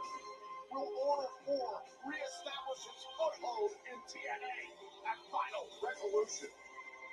Well, coming up next, it's our main event. A huge 8-man tag team match as TNA's The Hardys, Steve Macklin, and Cedric Alexander take on Lexus King, Stax, Tyson DuPont, and Tyreek Equin. Oh yeah, the 8-man main event. Whoop whoop. All right, while we're doing this recap, I'm gonna step outside for a little smoky toki. Be right back. Yeet yeet.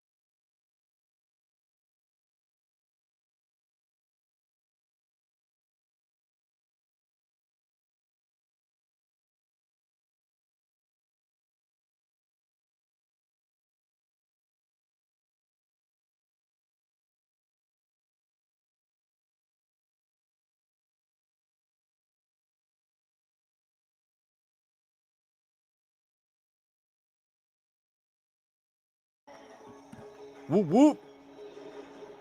Yeah, big whoop, pal.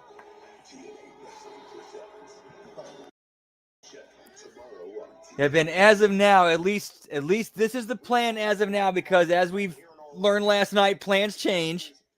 Cars subject to change. The plan is for Saturday, we're going to be doing, again, I'm going to try my best to get off of work in time that we can start NXT Deadline on Saturday, right when that starts. And then once NXT Deadline is over, we're going to do a replay watch along of Final Resolution. On the countdown to Final Resolution. Then Final Resolution itself begins live on TNA Plus at 9 p.m. Eastern. Yeah, and because I don't know if we're going to do a Smack Attack on Friday, after SmackDown, I don't want to put up a Final Resolution watch along because I don't want to cut into their time. Will defend their titles against Tessa Blanchard and Victoria. Two deathmatch kings, Matt Cardona and Mance Warner, will collide in a street fight. The bad blood has been boiling for a few weeks now.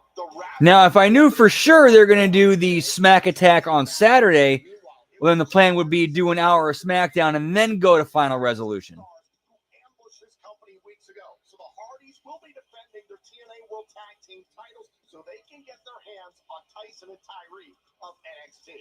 As we learned earlier on tonight, Xia Brookside defeated Danny Luna, and thus Xia Brookside must face her own tag team partner. Yeah, and Lee, in the promo that Lei Ying Lee cut earlier, pretty much said, hey, you know, may the best woman win, and no matter what happens, like the belt stays in the Angel Warrior, so it's all good. Steve Macklin and Stax tangle in our main event in a matter of moments before Macklin defends his international championship against Stax at Final Resolution.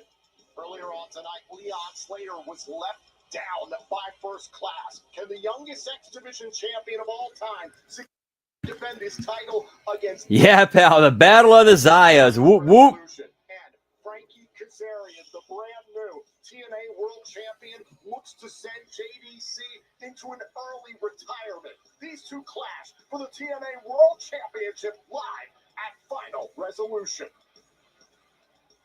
Right now, we're going to see who truly has the momentum between the brands heading into Final Resolution.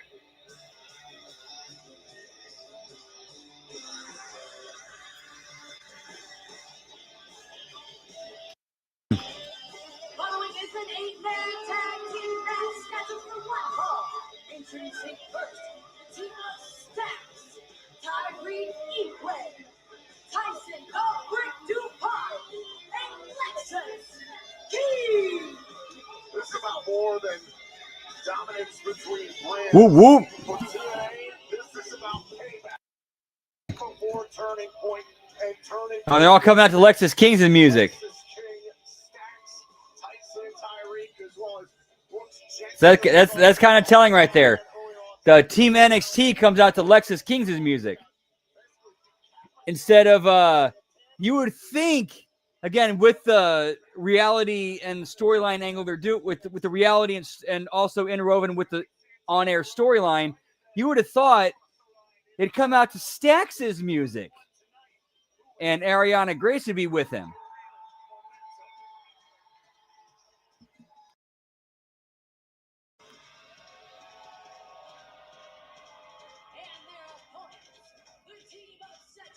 Well, that's 9 belts.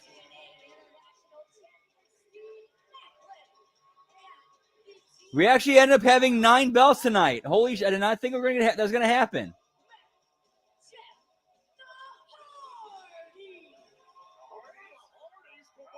Like, what belt is that Matt's carrying with him? I can't blame him. Macklin with the sneak attack.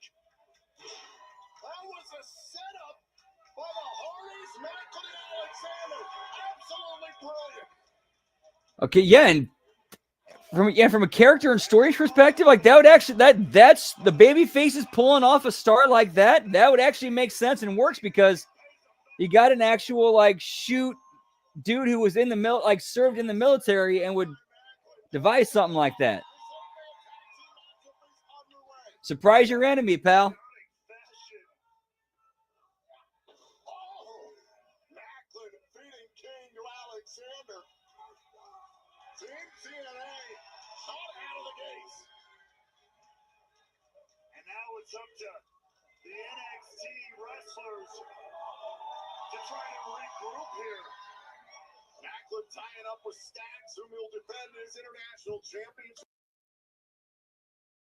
Solution. Meanwhile, the Hardys, they're scheduled to defend their TNA World Tag Team titles against Tyson and Tyreek of NXT at Final Resolution in El Paso. Off the rope, Stacks taken down by the TNA World Tag Team Champions. Here's the cover by Jeff Hardy. The kick out.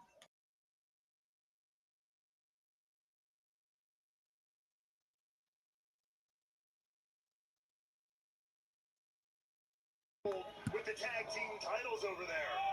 Their battles with Dark stay well documented. Now Lexus King trying to prevent poetry in motion. Running interference. And oh look, here we go again. Now everything breaking down. Tyson and Tyreek went after Macklin and Alexander. This has been all TNA. Oh, wait a second. Stacks, the soon-to-be son-in-law of our Director of Authority, Santino Marella. Santino's daughter, the liaison between NXT and TNA. She's got to be beside herself watching this. It'll be a family affair. I mean, for the most part, yeah. However, I will say, I do think the Hardy Boys kind of qualify for dual citizenship when it comes to TNA and WWE because, like, they spent just pretty much just about as much of time in TNA as they did in WWE, if not more.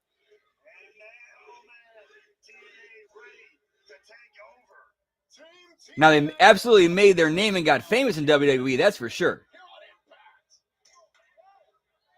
Yo, what's up, Nelson? Good to see you, pal. Whoop, whoop. There'll be some cheers genitals going on later. It is going well. Yeah, in about 15 minutes, we're going to be going over to doing a replay watch-along of JCW Lunacy. But we're doing a quick break before we go into it, so everybody has time to get it loaded up. If they got to go to the bathroom, get something to eat, get something to drink, take a smoke break, whatever it is, you got time. Whoop whoop.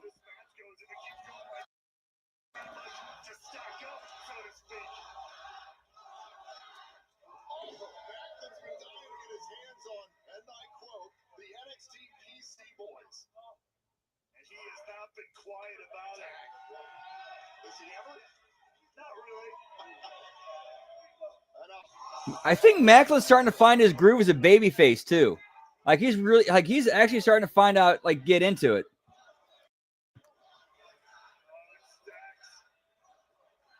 It's been an all right show. I mean, it hasn't been anything like knock out of the park great, but it hasn't been bad either. Certainly an improvement over last week. Huge improvement over last week.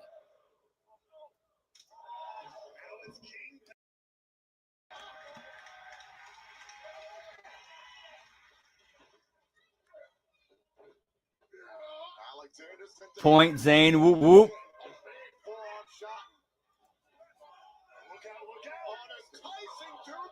Who drops Alexander from his perch.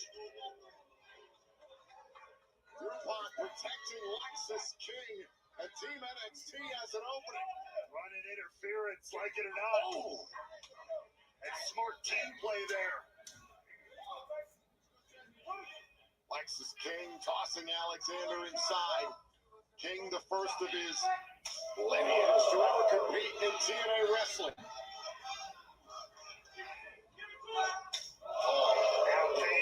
Cedric Alexander back for those chops. Shout out to the late great Brian Pillman there on commentary when they said that Alexis King is the first of his lineage to compete in TNA wrestling. Armbringer, down goes Alexander. Tag made. Stacks is legal. Now it's Team NXT who's starting to run a little roughshod here. They have got Alexander isolated. And it totally turned this thing around from the way it all started. The sneak attack of Macklin and Alexander. There's the down. kick out.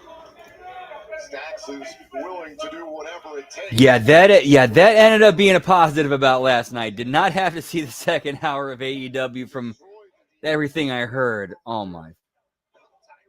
AEW. Fucking AEW.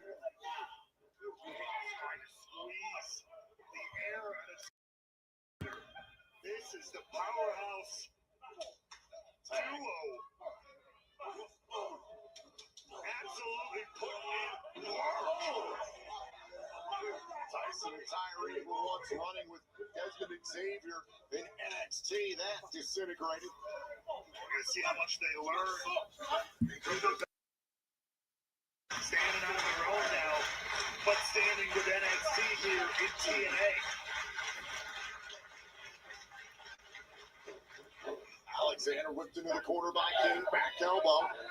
Then Prime find a way back to his corner.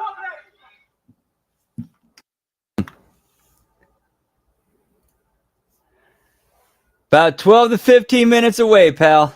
Almost there. We are almost there.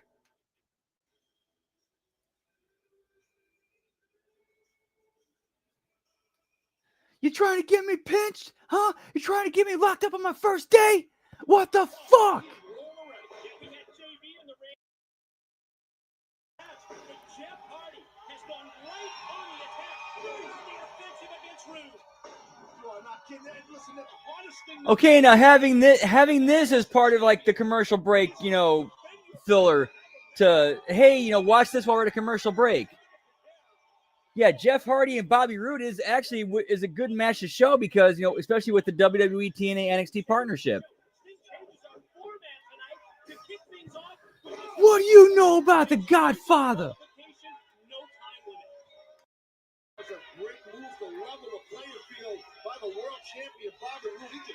Dude, probably the best work of his career. And hasn't taken a single bump. Not one bump. Now, to be fair, cocaine's probably taken enough bumps for the both of them.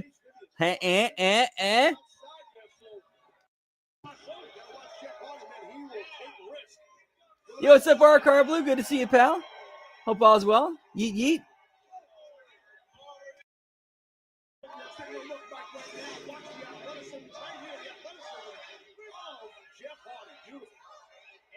You can sense here in the impact zone, the crowd feels like the time has never been better to crown a world heavyweight champion. The time has never been better for Jeff Hardy to Point, Zane. right here, right now.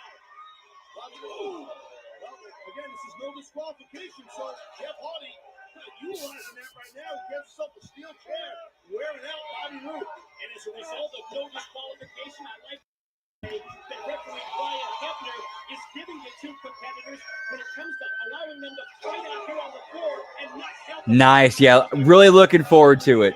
And TNA actually gave us a decent show tonight. Like, I'll give TNA some props. It's certainly a big time improvement over last week's show. I thought we had some pretty decent content tonight, other than some matches going longer than they should have, instead of devoting that time to other members of the roster. But other than that, I thought it was a decent show. Like the time they used, I thought at least outside of the long matches, the time spent was spent well, and the performers did a fantastic job. Like everybody that's been on camera has done a tremendous job tonight. So let's give me a little bit more hype for JCW Lunacy, because if we had a decent TNA show tonight,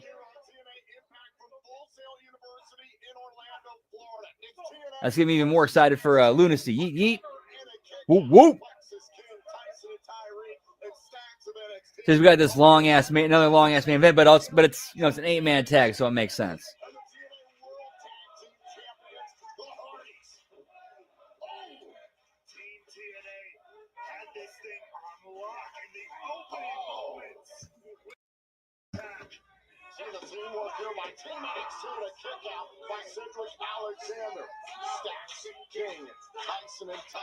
Oh yeah, so speaking of Cedric Alexander, I caught wind of apparently at an indie show that him and the Hurt Syndicate were booked on.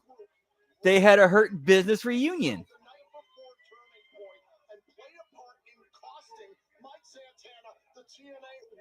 championship that night. Frankie Kazarian called his shot and took the title. So I thought that was pretty cool when I heard that.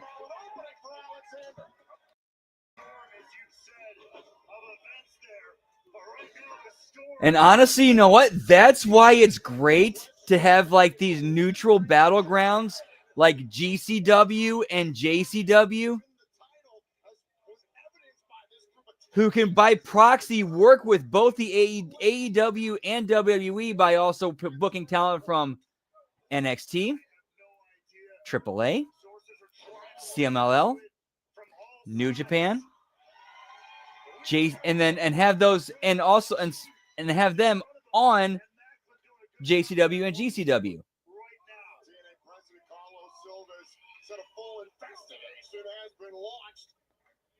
And with some talent, potentially AEW main roster as well. Who knows? Who knows?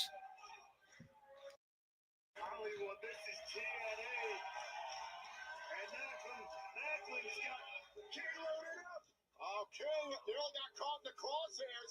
Oh, Macklin! Keeping eyes in the back of his head. Felt Stacks coming. Yeah, with these like this like the tribal world war between like AEW, CMLL, New Japan against WWE, AAA, Pro Wrestling Noah, and TNA. Yeah. Having neutral battlegrounds like JCW and GCW, that could actually make things interesting and create, man.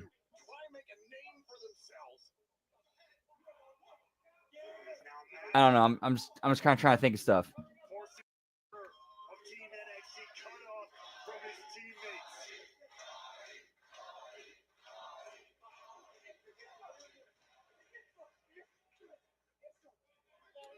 I mean, we would hope they would do that. Hopefully they would do that. Set the stage, lay the foundation, establish who these characters are and where they, and what side of the fence they're on.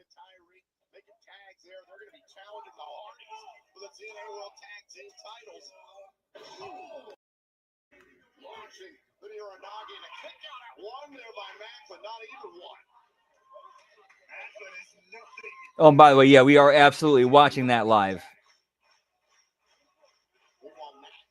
That debut episode. Tomorrow night at Final Resolution. Oh, Stacks went for a cannonball. King's plan. And it seems like, and I think what we're gonna do with the new because what's going on with TNA is that they're now moving in their airtime is now moving an hour back. So I think what we're going to do is we're going to do a late start watch along of JCW Lunacy. Like we're going to start like kind of in the middle of it, watch that, and then go right into Impact.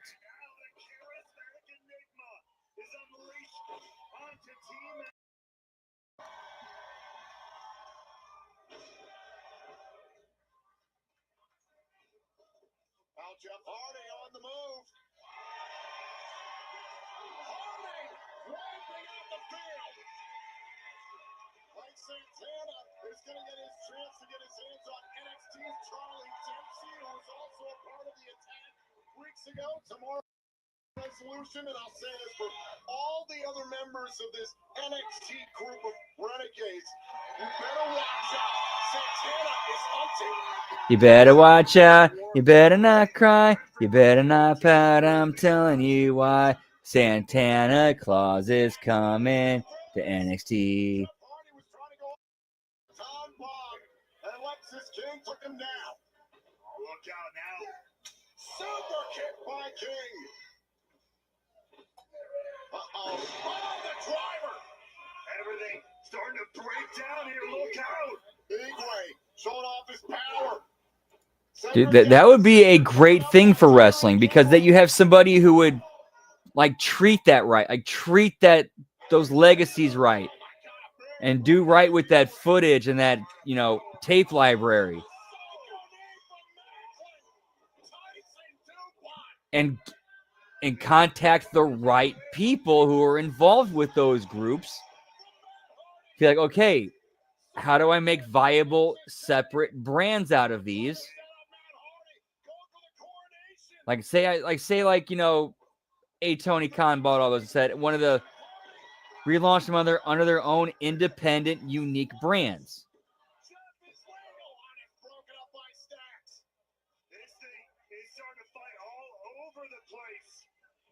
Well, then you'd want to get the people. You want to call the people who were there when they were hot and doing their thing, and get them involved and make them part of the project. And that would be awesome. Like, if something like that were to happen, that would probably be the best things to ever happen in the wrestling business.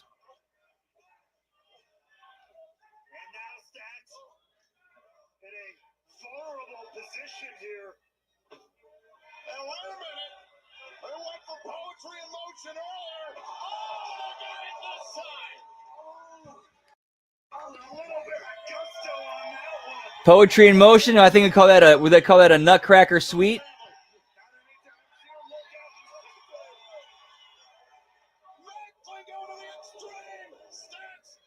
For some reason, I mean, Macklin's really seemed like he's like kind of finding, like I said earlier, he's finding his groove in that babyface role. Like, he seems like he's having a lot more fun and enjoying himself when he's in the ring.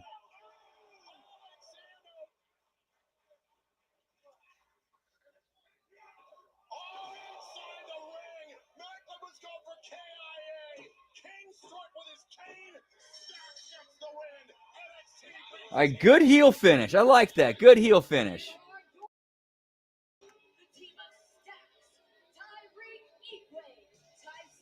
Yeah, I'm shocked that Tony does not own that. Like, how does Tony miss that? How does Tony miss not buying PWG? Yeah, I'm still scratching my head on that one.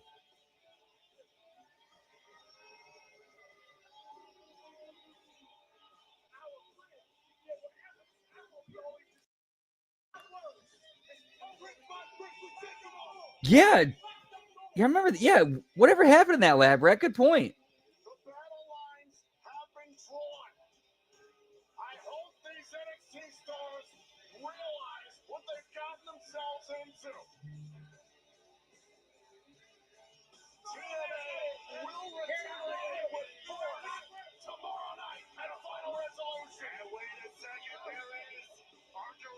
Oh wait, here comes father-in-law.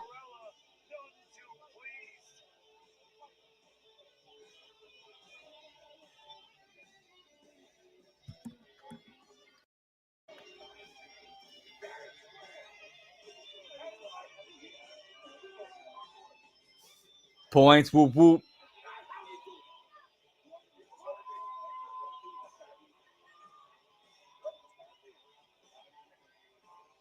Okay, that actually might be like, I'll go ahead and call that a super mini cliffhanger right there with Santino dressing down Stacks as it goes off the air. All right, so that's the end of the TNA watch-along portion of tonight's show. So let's head over to YouTube to the Psychopathic Records channel for JCW Lunacy. And I'm going to take a quick piss break. Let me get it loaded up here, get all the ads shit out of the way. All right, we're loaded up. I'm going to take a quick piss break. And once I get back, we're going to go ahead and get it going. Again, YouTube, Psychopathic Records channel, Juggalo Championship Wrestling Lunacy, episode 60. All right, be right back. Whoop, whoop. That seems like you made the right decision. All right, taking a quick piss break. Be right back. Yeet, yeet.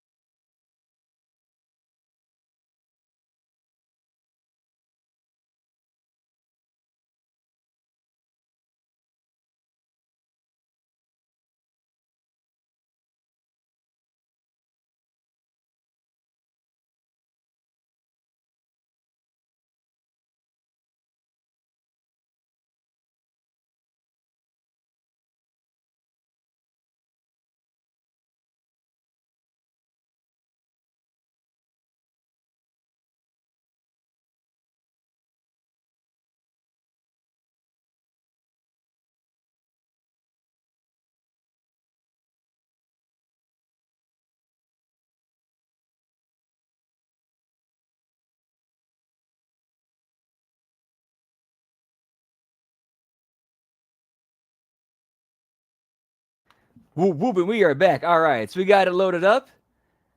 Hope you guys got it loaded up. Do our usual countdown. 3, 2, 1, play. Hit and play on play.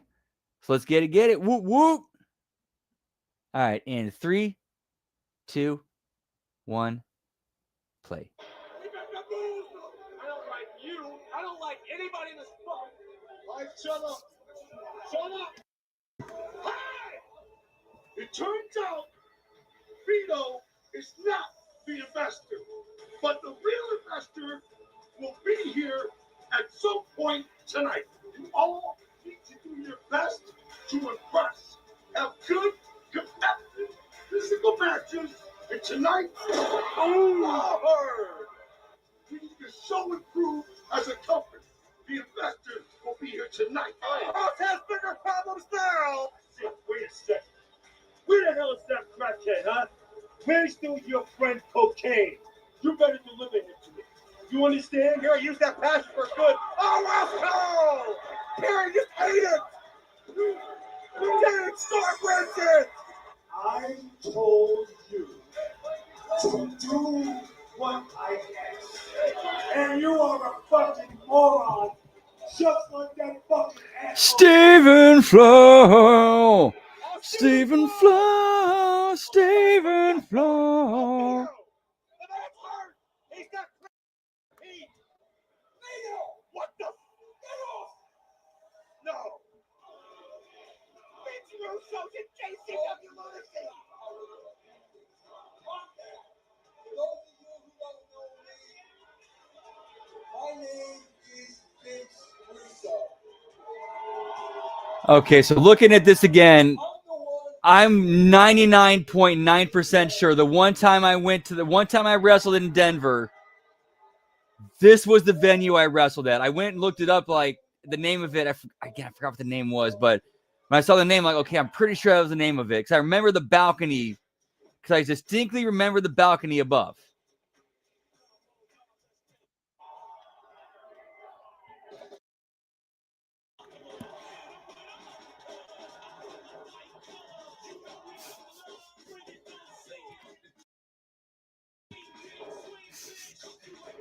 Get me Mobster Santa, pal.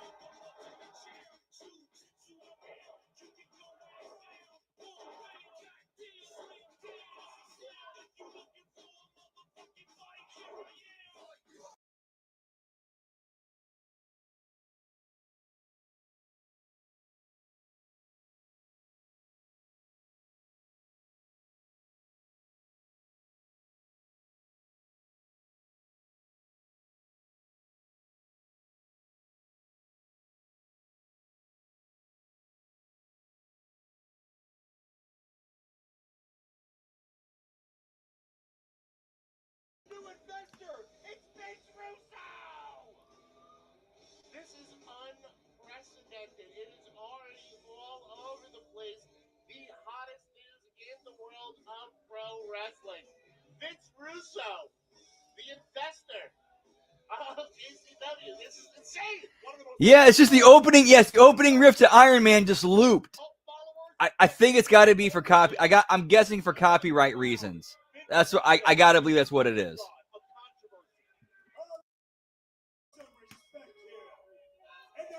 Oh my fuck! This burger I just cooked is fucking delicious. Oh my fuck! To wipe that stupid clown makeup off all your ugly faces. There's the heavy big Vito who watches over the investment. You guys are just. I'm not gonna interrupt this promo. Well, how about this? Chug-a-loos. Chug-a-loos. No, lady, I'll take a rain check on that. Thank you. No, listen. Fuck you. You know why? Because your mom's coming to my. What is? Dude, yeah, it's crazy how big. Like, yeah, people seem to forget. Like, dude, he's actually a pretty big dude.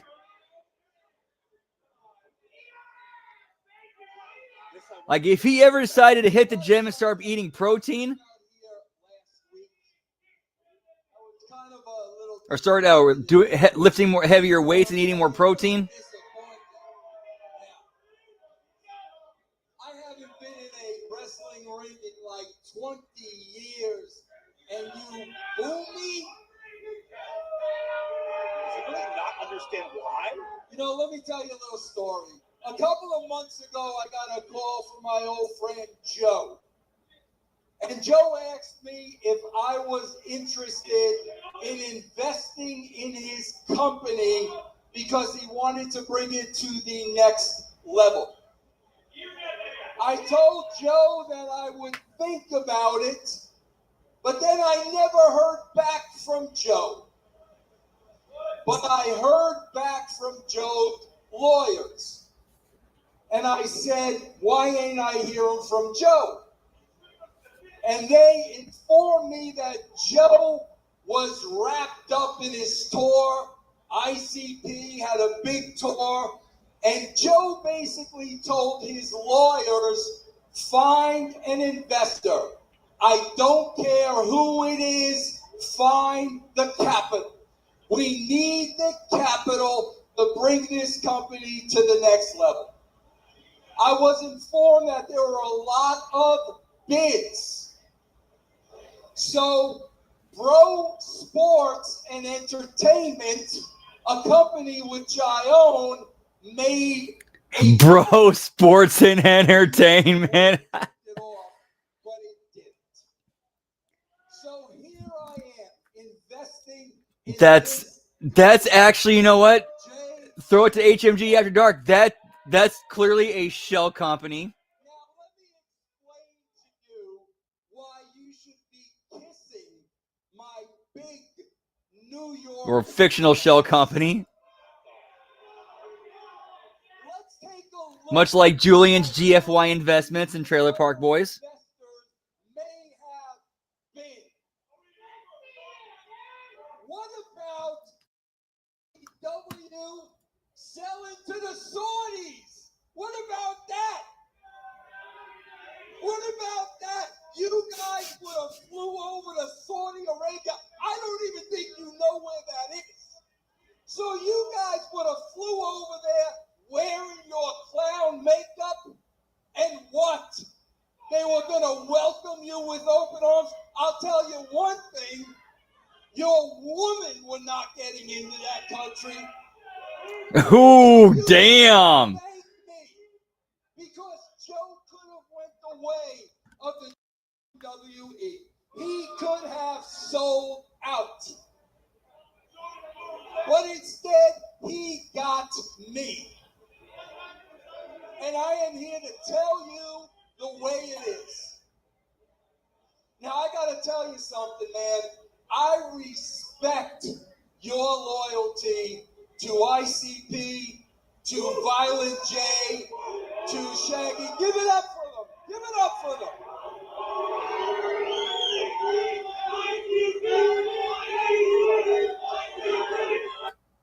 I'm for music. It's got to be Shit, ad break. Your new album? Yeah, play it on Amazon Music. I'm a bad man. The key is Yeah, now they're doing these double 6-second ad breaks. Right? I know. Okay, we know the alphabet. We know the alphabet. And I respect this company. Joe started this company in 1990.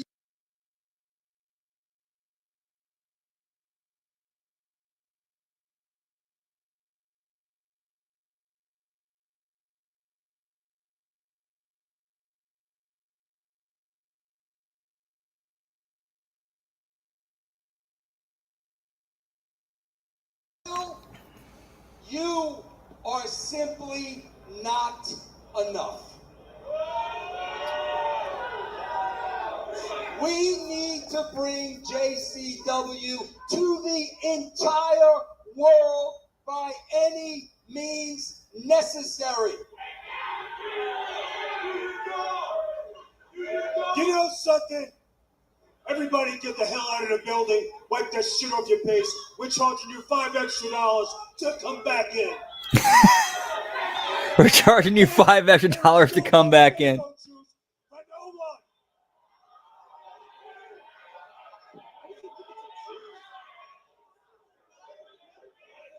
So, I'm here to tell you, man, I don't know about you people, but New Yorkers shoot straight, there are going to be some changes. Some things have got to go. And those changes may start from the bottom and work all the way to the top. But I want you guys to remember one thing.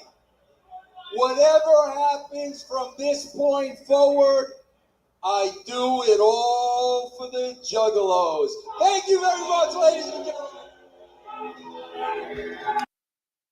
Tough to read. The web that Vince Russo is spinning to the JCW fans here in Denver, Colorado. He claims to Jugga Bros in the house. Whoop whoop. next level.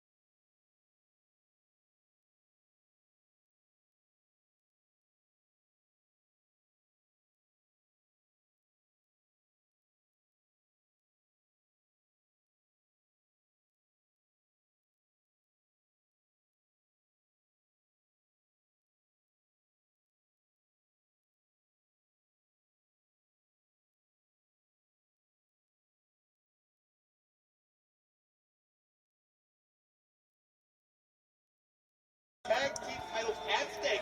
Dude, for real, he does. Will be their front center, but what about the opposition of the St. Clair Monster Corporation, Alex Rice and Jordan Oliver, former champions, and of course the Outright. You know, I love all these. Man, that's a tremendous burger. That is such a tremendous burger. So what I got on it?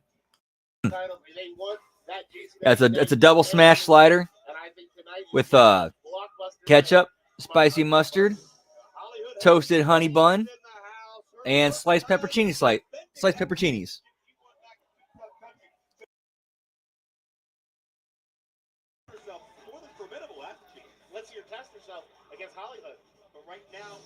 And no bell count needed tonight because they don't do that ridiculous shit.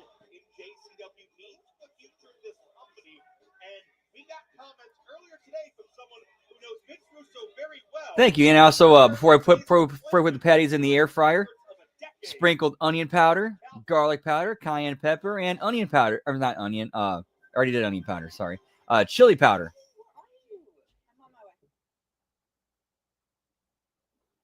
Life is more legal than you think, and LegalZoom is here to help. Whether it's registering a Dude, after eating these, I don't know if I can ever go out and buy a burger, like get it out to eat a burger again. Man, I've seen the Like this thing has absolutely destroyed my. when he has the drive about something. When he believes in something, you better believe he's going to give his 100%. But I've also seen the Vince Russo that's a complete fucking dick. I mean, he had me running around saying buckaroo on TV for like 8 months. But I'll put it like this. I'm going to sit back. I'm going to drink a cold one. I'm going to go out here and kick the crap out of Kerry Board for all the fans in attendance and everybody watching around the world and just see how this pans out, because this could be a great thing for JCW or it could be a complete shit show. Good thing I got a case of these. Yeah, and James Storm's a perfect dude to ask about what do you think about Russo being here. Like, yeah, I worked with him a lot in TNA. He did a lot of good shit. He did a lot of bad shit. We'll see what we get here.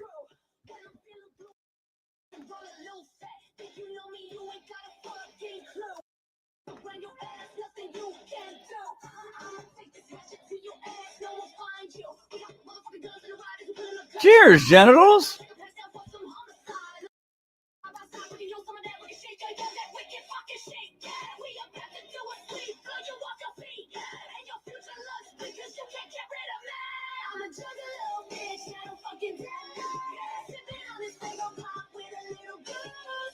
Yeah, that's something I would believe the James Storm character and human being to say.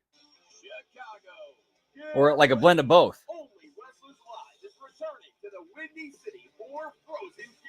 Whoop whoop. Another jam-packed night of in-your-face smash mouth pro wrestling. Join us Thursday, December 11th at the Logan Square Auditorium. The meet and greet is open to all. Hey, it's Moose, pal. Doors opening at 5:30 p.m. Purchase your reserved seat tickets by November 20th, and you'll receive a free Frozen Fury t-shirt. For more information, visit onlywrestlerslive.com. Don't miss out on the action.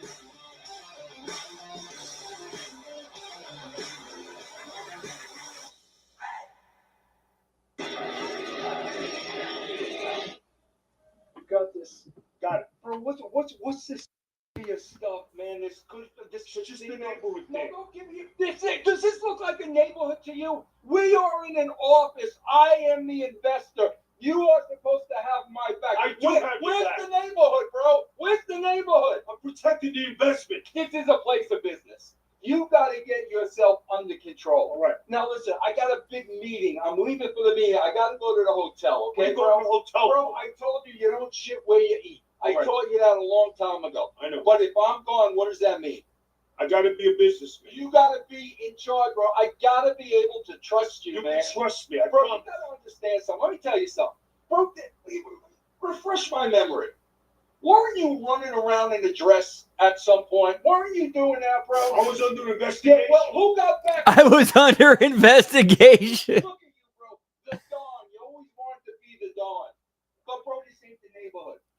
This ain't the neighborhood. This is JCW, bro. You got to do things the right way. Bro, this is a big opportunity. Don't blow it, Vito. No crap. Don't blow it with that Italian temper. All right. You got this? I got it. I will be back later.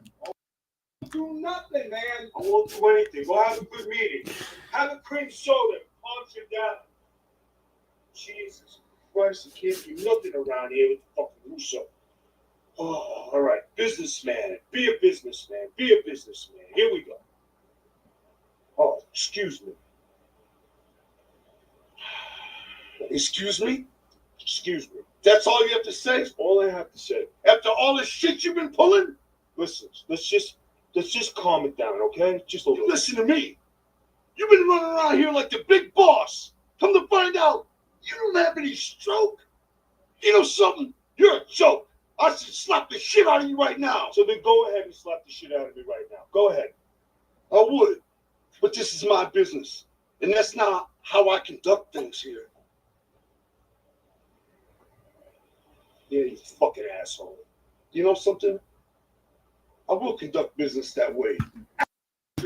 In the parking lot. Good. Me and you. I'm looking forward to you fucking jerk off. Get out of my face. Whoop, whoop. Oh, we got a parking lot brawl for the after the show, which is going to air on the show. I'm assuming. Ad break or ad skip. Dude, this show's been tremendous so far.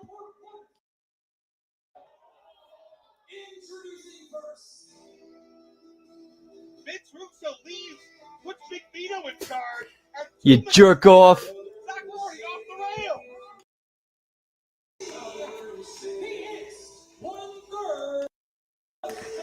All right, that's while they're making entrances, that's enough burger. I'm gonna have some more crab legs. Eat, eat.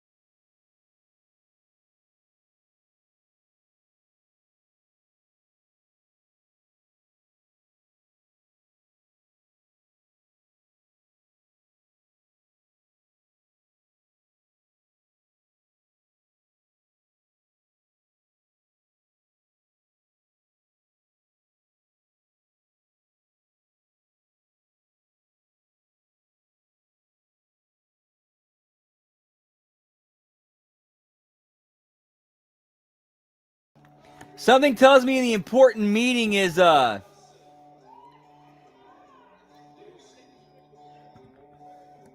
Oh yeah, parking lot. Parking lot's never safe. Parking lot's never safe, no matter where you're, especially NXT. Like NXT's like a red zone.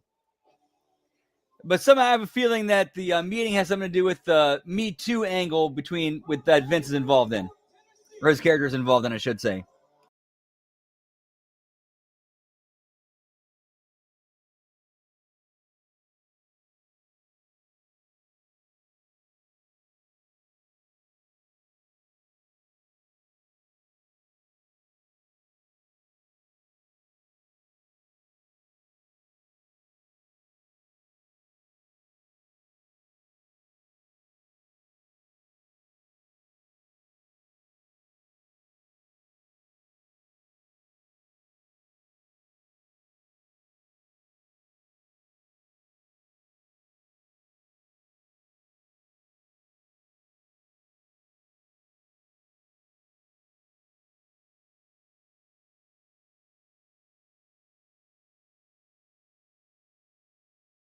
In Denver, and Kerry Morton interrupting the pre-match celebratory gold one.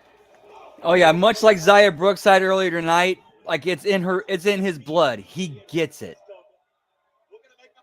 He knows exactly what to do. I hope that Violent J doesn't follow through with what we just heard in the back office area.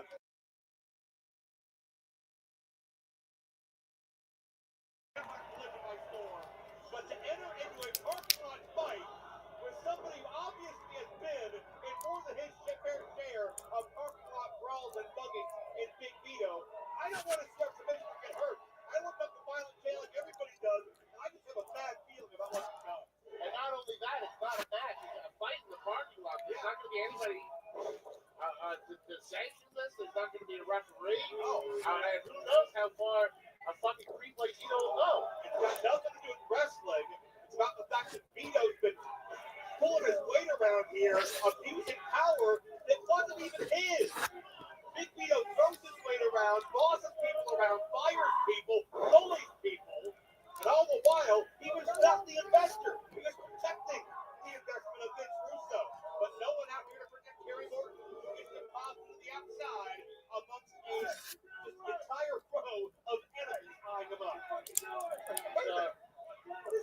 That's up there. Oh, I got some kind of coal miner's glove. It looks scary. Well, Kerry Morton's version of a coal miner's glove, and he just picked a star.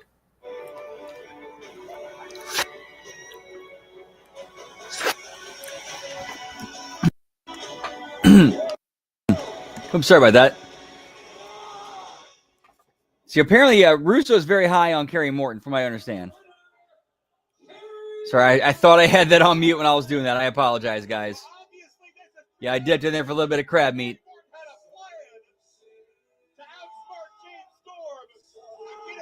And that's exactly what he did. Joe, do you think Kerry put that under the ring? Well, you think we carry one out under there all the time? I don't know if they're mining coal down there. Looking like that? I have no idea. I don't know why else it would be down there. I think I had a say about it, for God's sake. Maybe that's a brand of coal mining club. Look, he's pulling it out. JCW logo on it, but no one else can get caught dead. No one can get caught dead wearing something like that in public. But Kerry Morton, who just stole it, but James Storm. Yeah, you wouldn't wear it in public, you'd wear it in a coal mine. And James Storm's not dead, ladies and gentlemen. Action continues on Lunacy. Let me come back. Hold on. Juggalos and juggalettes. JCW's own Zach Amico has not just one, but two podcasts for you to check out. Every Monday, Wednesday, and Friday, it's Zach Amico's Morning Zoo. Zach and his friends sit down and go over the weirdest and wildest stories of the week, react to the web's wackiest viral videos, and talk a ton of shit about celebs. And every Friday night, it's Zach Amico's Midnight Spook Show, where by all of your favorite comedians to watch the best and worst movies in the world of horror. It's a filthy mystery side theater with some of the funniest shit alive. Have you guys ever been so high that you're with someone and their face kind of looks like one of these clowns? And then Yeah, it happens to me in mirrors. Watch this today on YouTube, Stitcher, or Whoop, whoop. wherever you get your podcast. Or you can subscribe at gasdigital.com. I'm in the woods looking for Bigfoot.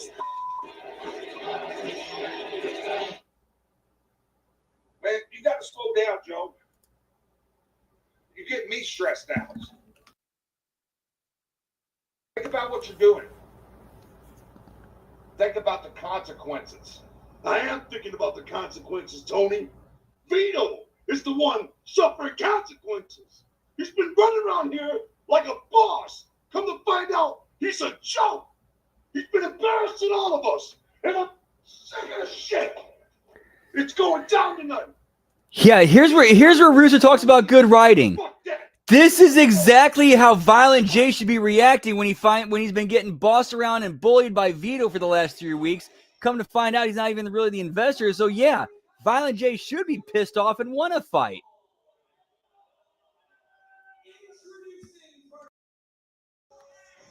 Well, Too Tough Tony trying to be the voice of reason.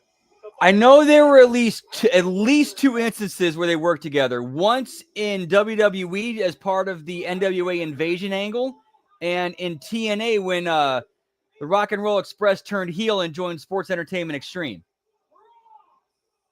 I don't think I've ever heard Too Tough Tony try to talk anybody out of a fight. Yeah.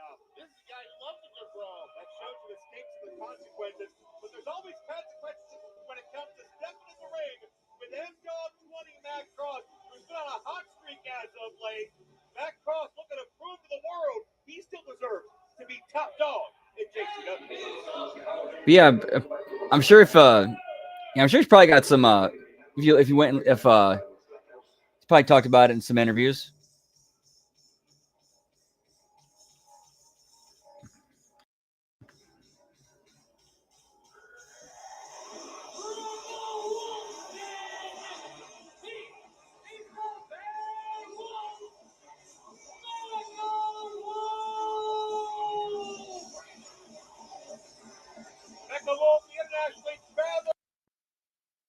Whoop whoop.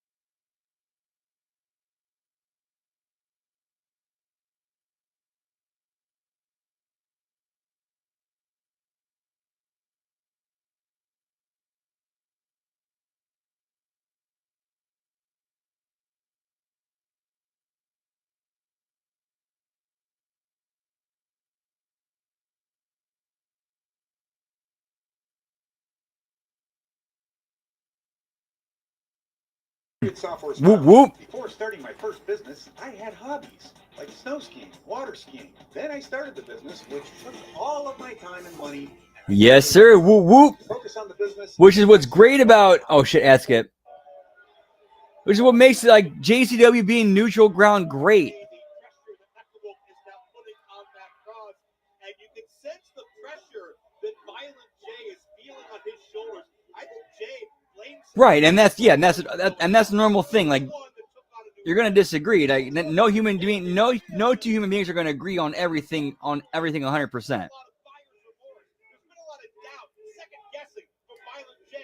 I think Violent J feels he has to put himself in danger tonight. He has to enter this parking lot fight. Whoop whoop. Oh, this crab is delicious. I'm sorry, guys. This like I never thought I'd be able to actually cook my own crab legs at home. But air fryer changes it, pal. Whoop whoop.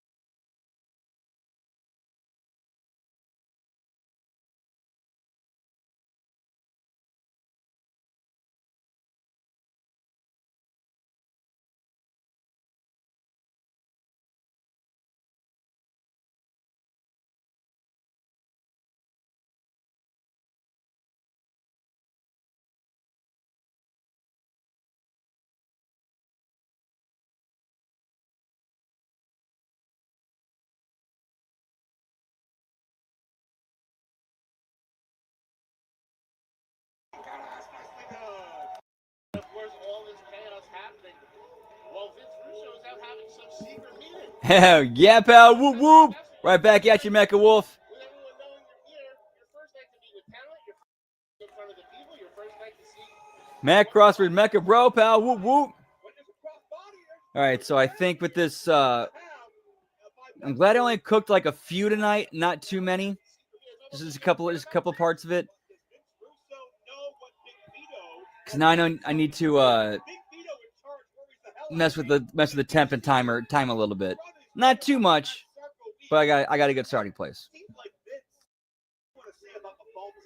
say he killed WCW, some say TNA never recovered, but Vince seems like the level-headed one out of him and Vito, and that kind of scares me.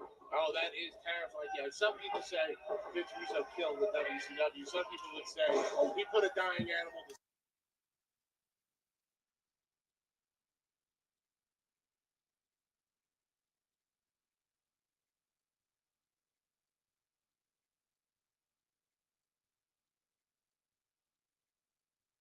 and you can see it in these Whoop, whoop. athletes. They can feel they're on the precipice of greatness, and they're looking to show out. Becca will could snap back across his win streak with a sustained momentum here as he traps across in the corner. JCW certainly is a rocket ship, but if Big Vito is piloting that rocket ship, I'm afraid it's going to turn out like the Challenger. Hey-oh, shots fired. Get me the Challenger, pal. Superflex, jockey for position. Cross gets the advantage. He's comfortable. In the perfect position, as he always is. Looking mushroom, stop, nobody there. And cross cutter connects. Into the cover. And Matt Cross has beat Becca Wolf. Dude. Becca Wolf just a hair too late trying to kick out of that. You know what? I could see why Matt Cross is getting a push, because he's a reliable veteran that you kind of need to have in that upper mix. Undeniable. Matt Cross is on a hot streak as we're right back here on Lunacy. So I get why he's kind of getting a rock strapped to his ass and, shot towards the main event. Like with their current roster, you need a dude like him in that main event level.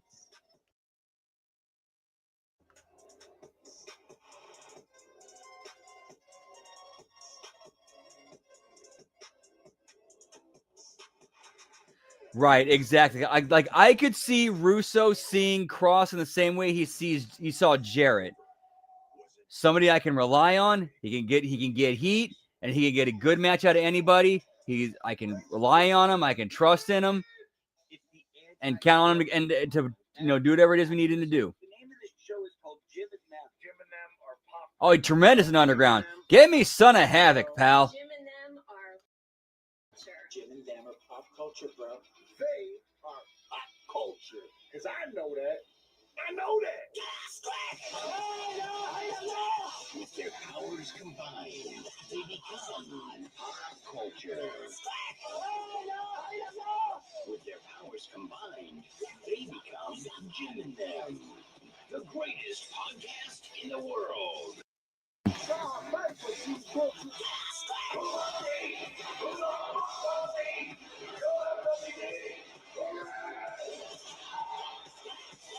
This is a comedy show.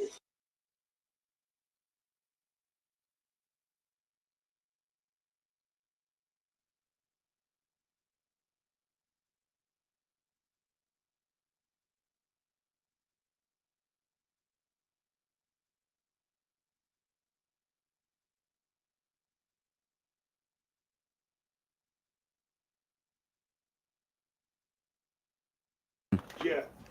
Did you get everything done? Good. Everything all was taken care of. I like it. Listen, I gotta go. I got a meeting. Goodbye.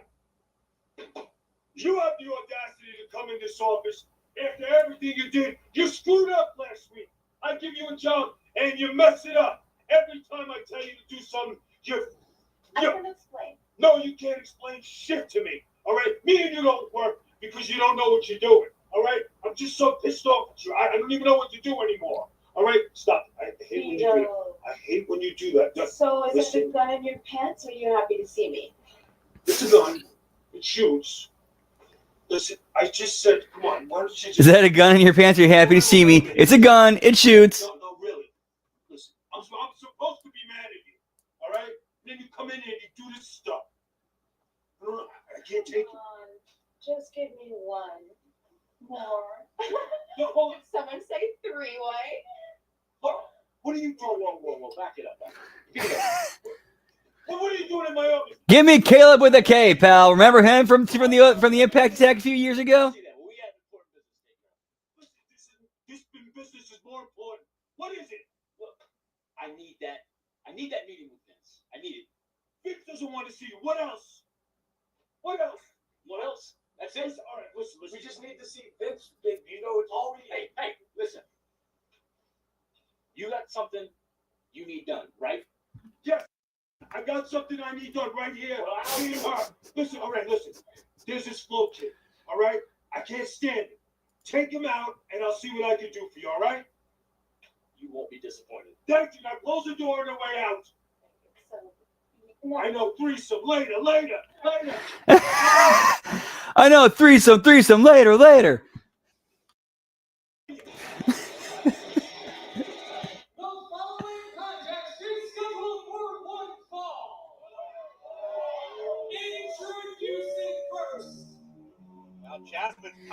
I think this is the Hollow Wicked event because the ring announcer or the ring girls dressed like Chun-Li from Street Fighter.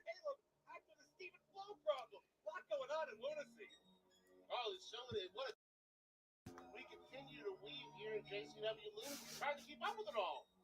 And then we have to Whoop. try and pay attention to the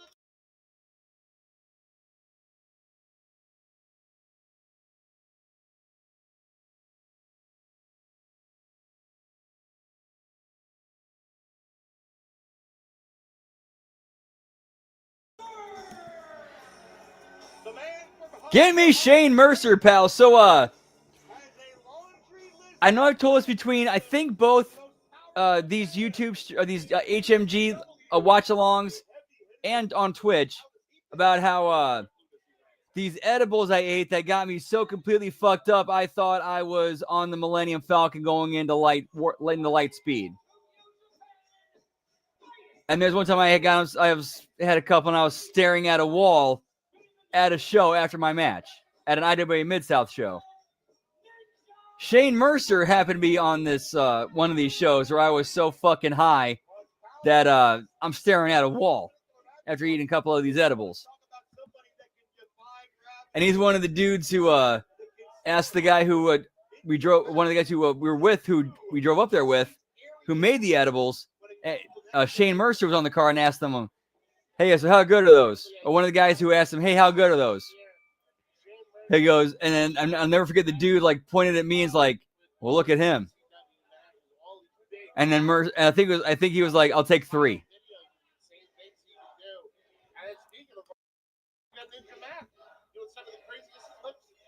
Or somebody, I remember he was one of the dudes who bought some edibles off of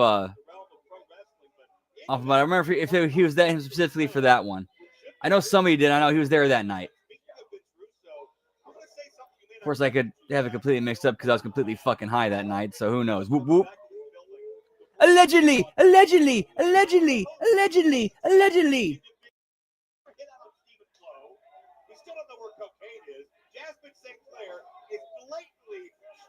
Vito right now for favor. Oh, is that what you call it? A lot worse. I know you would, Zach. Vito's gonna fight Violent J in the parking lot tonight. Even Too Tough Tony, Jay's closest confidant, can't talk him out of it. And all this is happening because Vito's in charge tonight, but it's Nick Jamal in charge of Shane. Man, yeah, that's got to be the venue I was at when I was at Denver.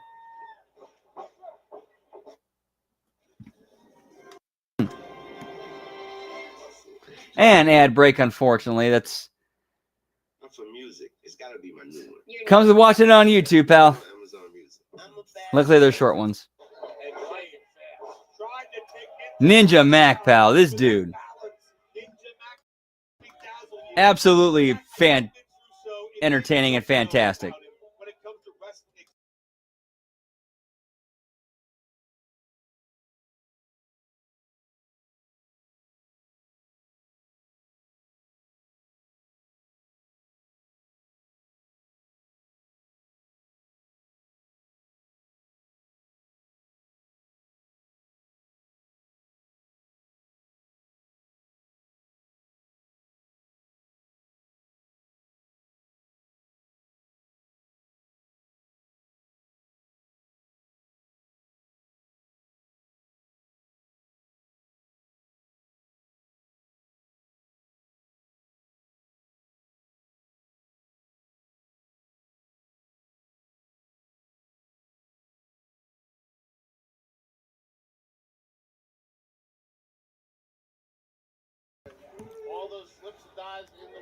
Oh, these sorry, I had to get some more crab legs. Oh, these are so good.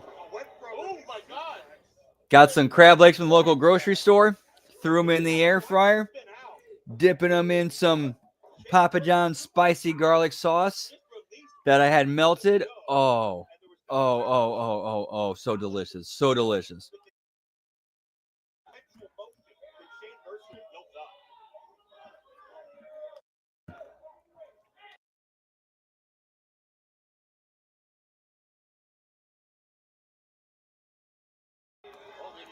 Moon, salt, and battery. I like that. I like that line. That's pretty clever. Whoop, whoop.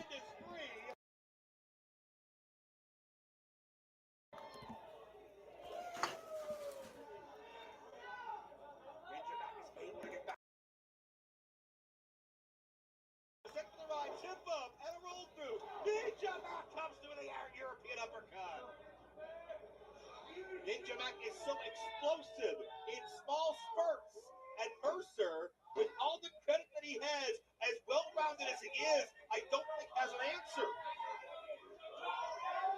Speaking of small spurts, what's going on in that locker room right now between Jasmine and Nikita? I hesitate to think too deeply about that one. And Ninja, oh my lord, he got caught! Holy shit! Well, there's an exclamation point and a half. A tombstone pile driver. And you know, and it was, even though it was kind of on that ramp, it was on the ramp, it was still safe. Like Ninja Mac's head was very, like his head didn't hit. Like his head didn't hit. It was a safe one. There probably could have been a better camera angle for that shot.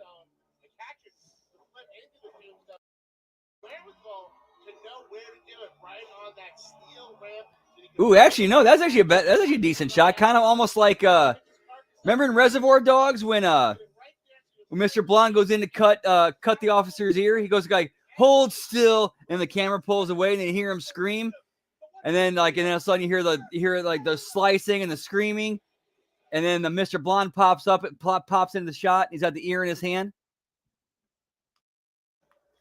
like a super condensed version of that almost.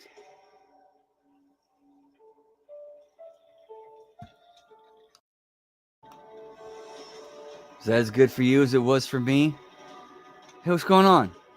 You hear that? Do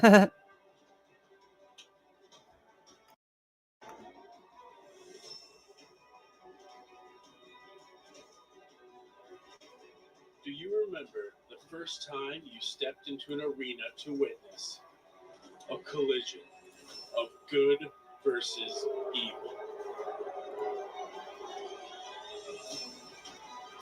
The excitement in the air.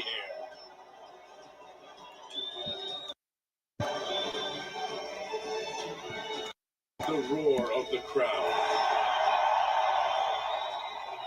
And of course, the blood. It's time to relive those memories. Whoop, whoop. Big time. A historic Good old school shit here. taught by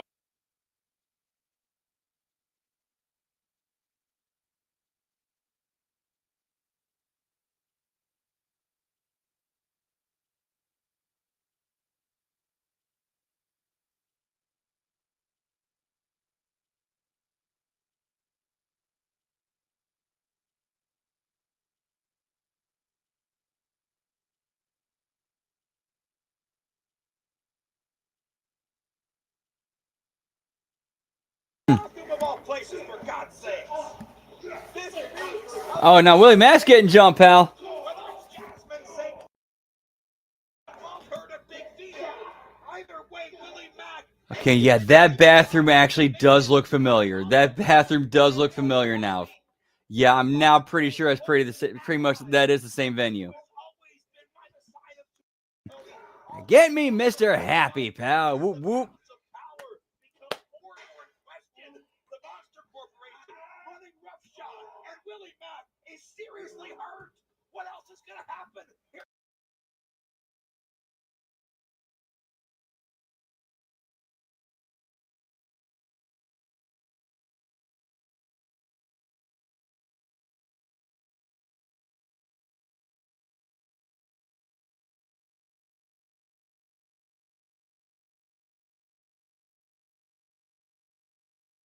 Divide Whoop, whoop.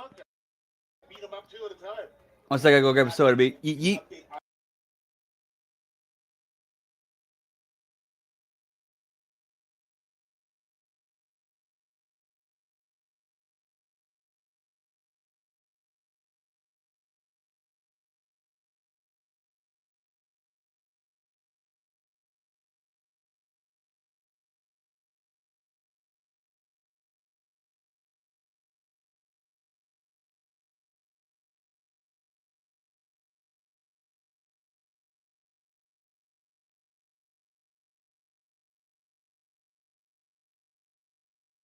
Whoop, whoop.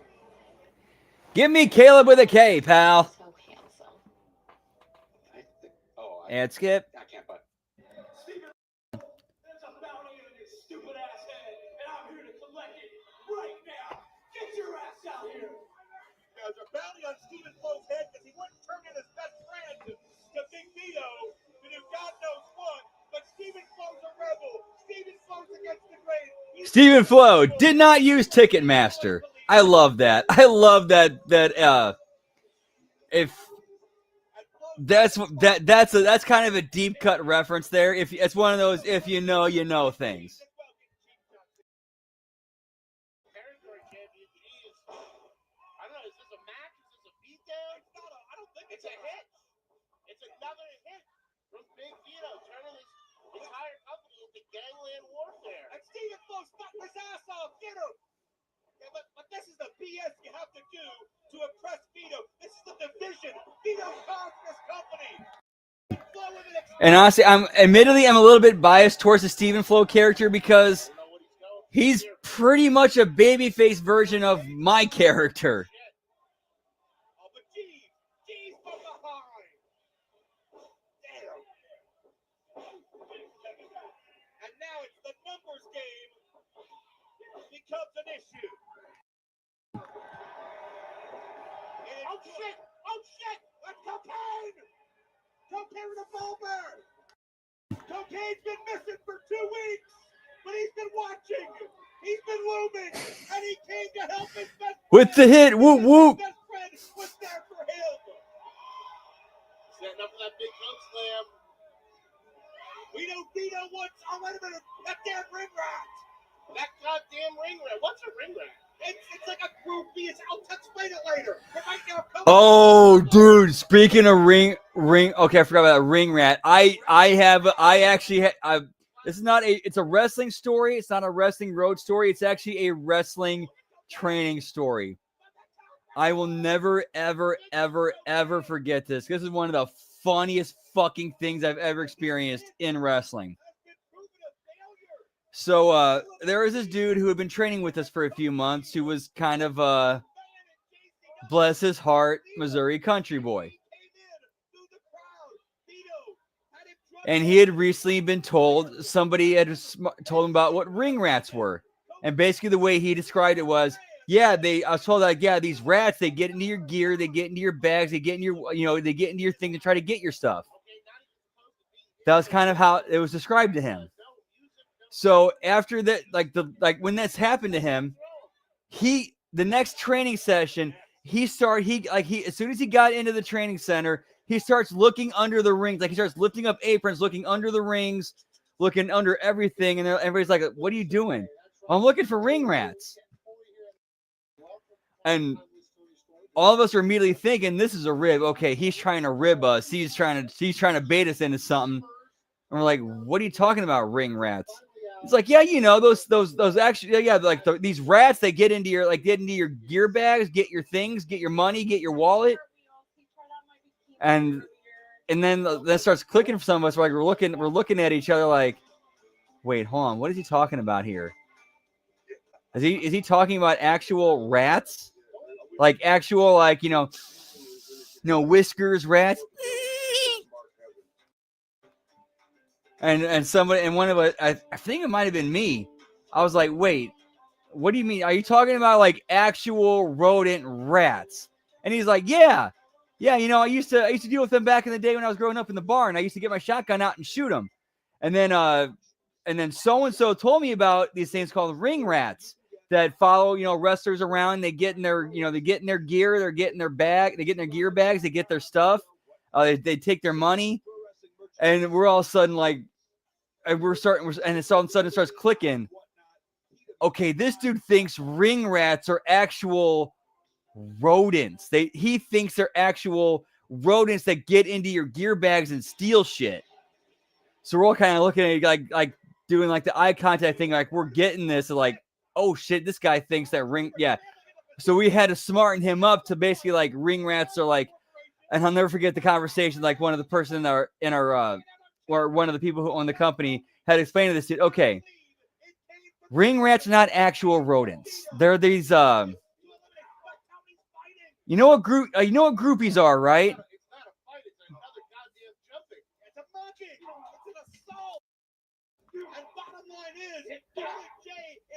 Oh, dude, dude, I will never forget that to this day, because that was one of the most like, wait, what?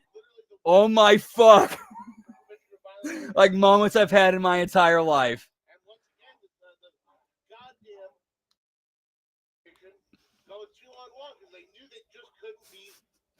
So yeah, and then like, and we actually had to like, and then we spent like 10-15 minutes having a sit down explanation, trying to explain to this dude what ring rats are, and it has nothing to do with actual like rodent rats, and it's actually more like groupies. And it was, that was a trip. That was a trip.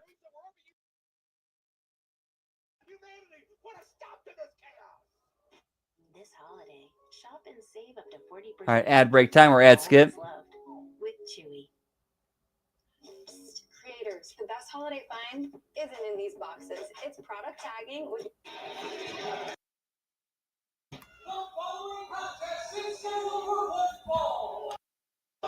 Introducing first.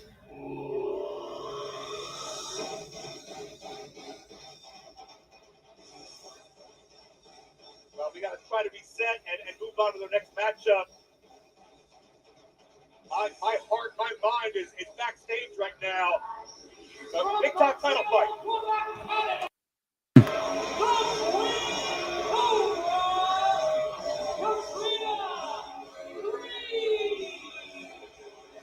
All right, see what this is about, pal. Whoop whoop. Let's see what Katrina Creed's got. Yeet yeet. All right, I'm hungry for some more crab meat. Be right back while they're making entrances. Yeet yeet.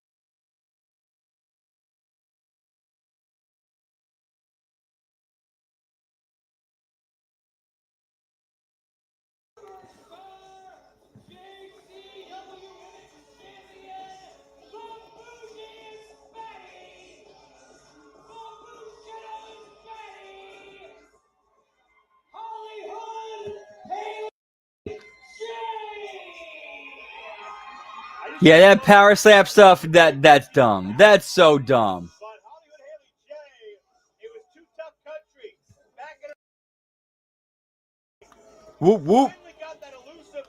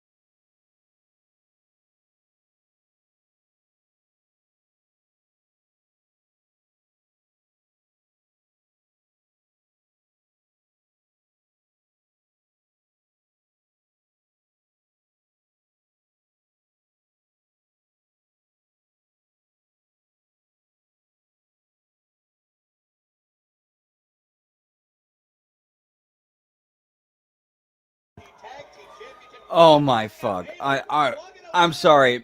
I'm somebody who's always loved going to Red Lobster for years because I love crab legs. I love crab legs. They're always super expensive. And so it's super expensive to go. But now that I have an air fryer and I've cooked them for the first time tonight on my own, and they're super delicious, like right up there with like Red Lobster quality. Like, man. Looking for the sidekick. Katrina counters. They don't want to get to strike the game with the challenger. Oh, but up with a modified Meteora. Raining with the right hand. Nice leg sweep. And this is delicious. Eat. And good match. Whoop, whoop. As the cover to a near fall. We have followed Haley J's progress. Tony from, disrespecting her own mother, Amazing Maria, finally reunited with them. We've seen Haley J grow up. We've seen her become the best version of herself. But is that enough? Oh, Katrina. Yeah, now when you got Katrina's nails digging into your eyeballs. Yeah, deep into the eyes. And Katrina creating a diversion off of that and looking for something under the ring. Hopefully not another coal miner's glove, but a chair. It's a coal miner's slipper under there. Katrina Creed has a steel equalizer. I'm not sure Haley still has her vision back yet. Oh, the official steps in. This is not no disqualification. It's referee's discretion. Oh, but a breast kick by Hollywood Haley. And Katrina's been dropped. What is this? Oh, wait a minute. Oh, sock full of quarters, pal. We saw this used before it knocked out Too Tough Tony. Haley can end this thing street style. Wait a minute, look who it is. Oh shit, it's Big Al. Give me Big Al, pal. Japan tour. And in the ring, a collision with Katrina and Al. Haley the roll-up. Shoulders down. She beats her. Good stuff. Whoop, whoop. And Big Al is beating the hell out of Haley J. Haley with the victory over Katrina Creed. But it looks like now might be getting her ass kicked by Big Al. Even though Big Al's interference turned on her, she's still getting her licked, and now Katrina in on it too. Yeah, the damage done. It's 2-on-1 on Haley J. This issue with Big Al and Hollywood Haley may never be over. And with two challengers targeting Haley and Big Al stealing Haley's mad. Haley's aspirations of staying with the title intact. They have gone from bad to worse as the women's division continues to grow. Haley's hurt, and we're coming right back. Ad skip time, 1 sec.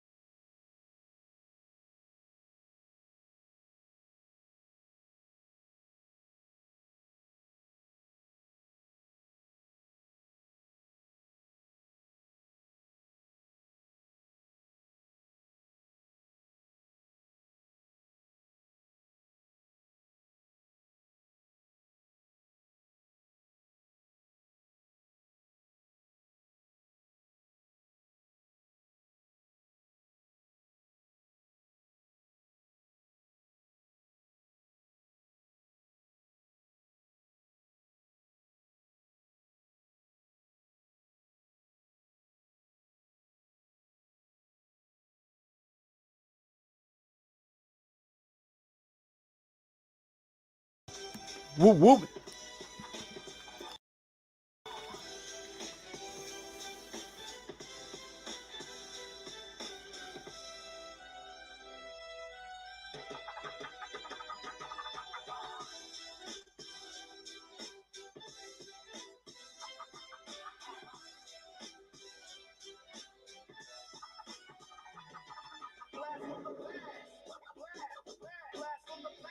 JCW, blast from the past.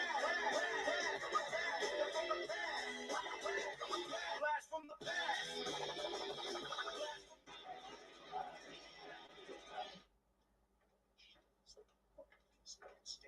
What's up, Vito? What are you doing? Are you hiding around corners, videos? It's Vampiro. I'm telling you, you're gonna need me. I don't need you, Vito. You're about to go and fight Violent J. You're looking good. You're a big man. Do you know? Are you for real, Violent J? Listen, it's better for you to be my friend.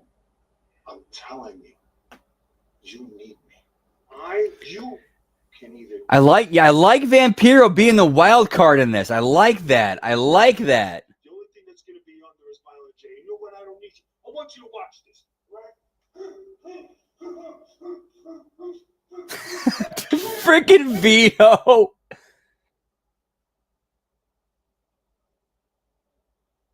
Freaking did it again. Always disappearing. Well, we hope Haley J will be okay. Back with you here on Lunacy, Joe Dombrowski and Zach Amico. And want to remind you that things are moving hot and heavy here.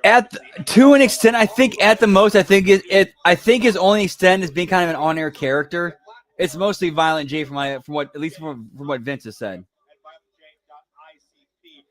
Vampiro! He looking like a Florida crackhead. He on them bath salts. He's eating a man. He's eating flesh. Cannibal.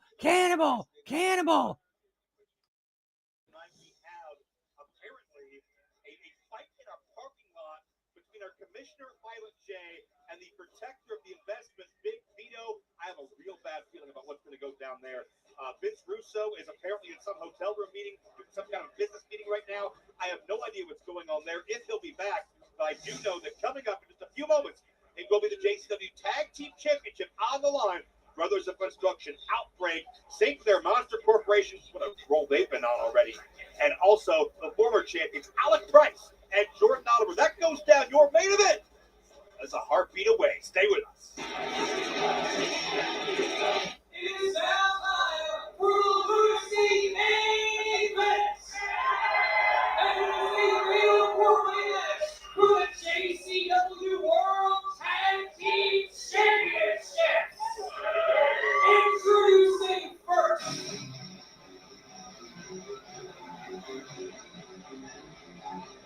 Accompanied in the ring by Jackson St. Clair, weighing in at nearly 1,000 pounds. They are Mr. Happy, the Monster, Congo Kong, the Hey, where are you? I'm on my way. When you've got a classic ride, Whoop whoop. you need tools you trust. Whether you drive Ad break time. Eat. or only take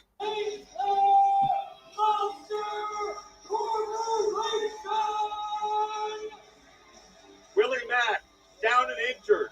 Too Tough Tony, down and injured. And perhaps that Vixen in the middle is the most dangerous of them all because she orchestrated the whole thing.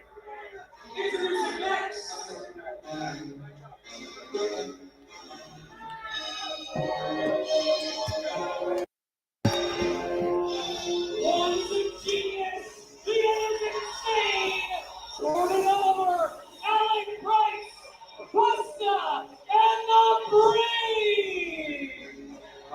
Busta and the Brain looking to try to do what they look to do every single night. And that's What are you going to do tonight, Brain? The same thing we do every night, Buster. Take over the world. Whoop, whoop. Yeah, pal. They have a chance to do it the right way. They've joined the roster full time. They want to work their way back and prove themselves.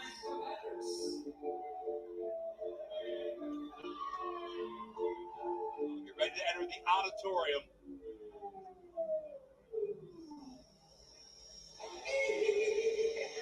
Ladies and gentlemen, step right up and prepare to be shocked and amazed as Barnabas the Bizarre presents Twin Bodies, one conjoined brain, an insatiable hunger that must be seen to be believed, for they are the unstoppable, incurable infection. Jackson, Abel, the Outbreak! Barnabas, the purveyor of the peculiar, has made it very clear that Jackson... Only Vince Russo could somehow find a way to write a zombie tag team as baby faces. Barnabas is keeping close to his chest, to say the least.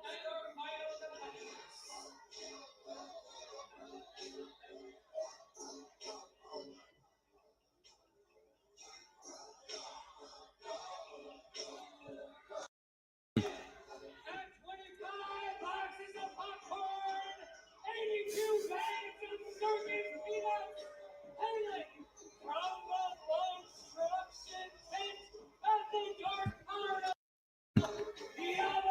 Get me the Brothers of Funstruction, pal. Whoop, whoop. I dig this act.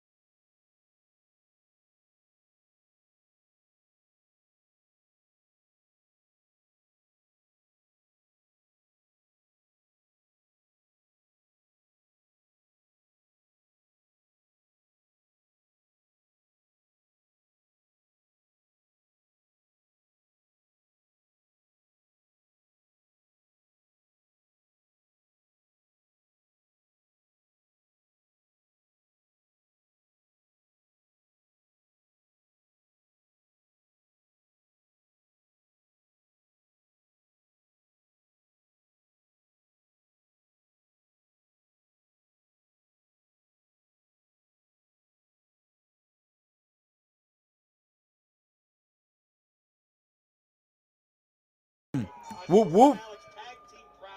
Their skill. They can come in and show off in a big way by winning those titles again.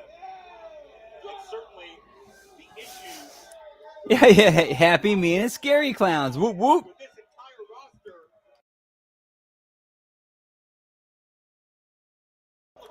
Cheers, genitals.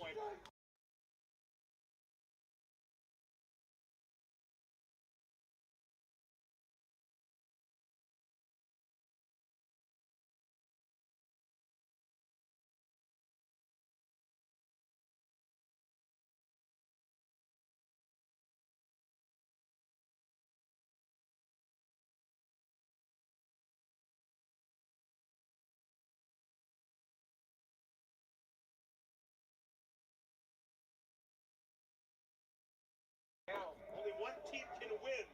So while everybody agrees that they don't want Jordan and Alec out here, now the Outbreak Trying to eat Mr. Happy, so we'll come back to you in a year and a half when they're done. That's an all-you-can-eat buffet. Meanwhile, the Brothers of Construction with Congo, who's unloading the Yabo and Ruffo. We know Happy and Congo are warmed up after what they all Congo missed. And great wherewithal by Yabo to get And as a heads up, we will keep the party going in about after the show's over tonight. Twitch.tv/LG Brandon. Whoop whoop. Ad skip. I'm partnering with Del Monte to show you how to level up a classic holiday side dish using their Southern style. And evading Mr. Happy as well. Well, this is wild. I don't know if we're going to see tags in this entire matchup, Zach. So now, Mr. Happy being beaten down by both clowns and zombies. It's okay, I've had a few dreams like that.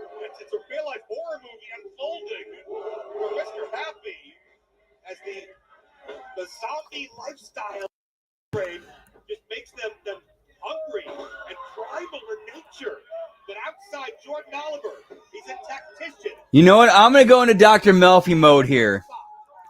I'm kind of going to Dr. Melfi mode and getting to Vince Russo's head here a little bit.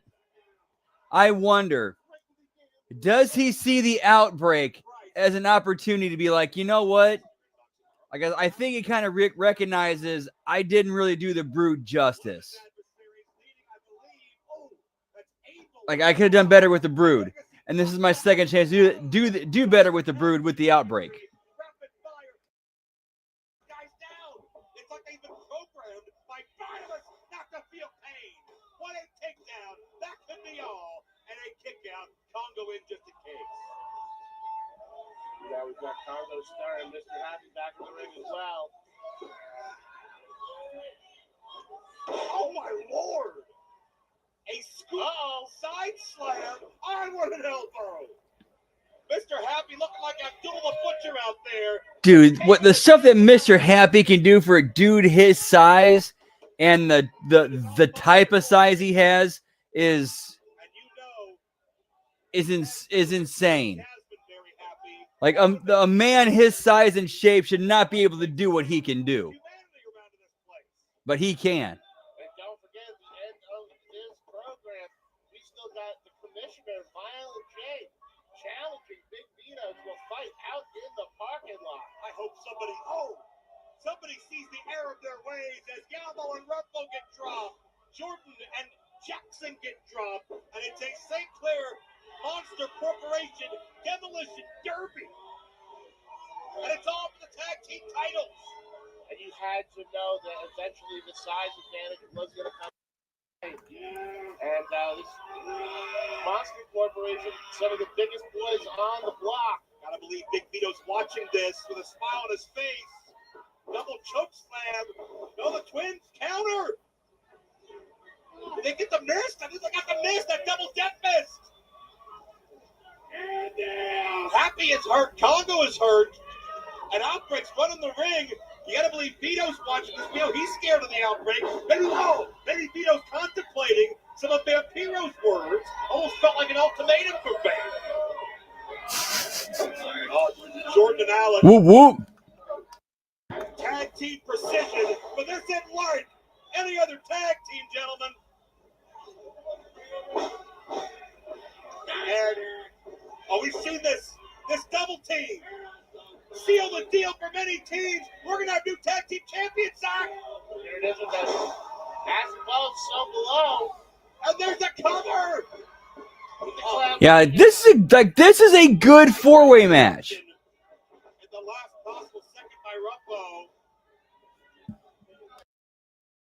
action Whoop, whoop. continues. Yup. The defending champions doing everything they can to protect what they came in possession of. It's certainly easier to all upside down. And Alana Christ from nowhere. Jordan from behind. He's going to steal it. We've seen them do similar. Oh, but a kick out.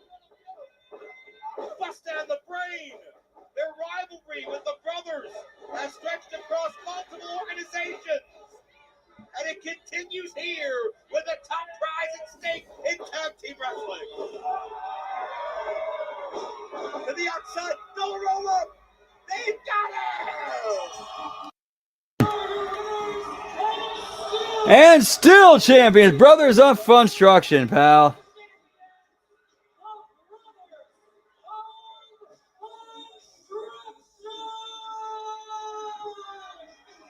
Well, it may derail a lot of plans behind the scenes, but the Brothers Whoop, of whoop. Funstruction to pull through against all odds. They're still our tag team champions.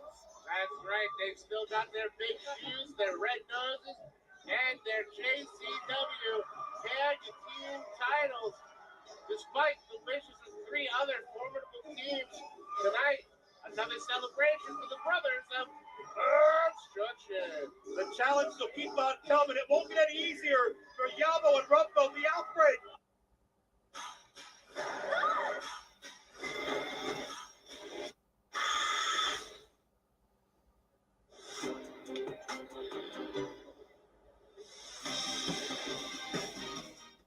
What their shot again.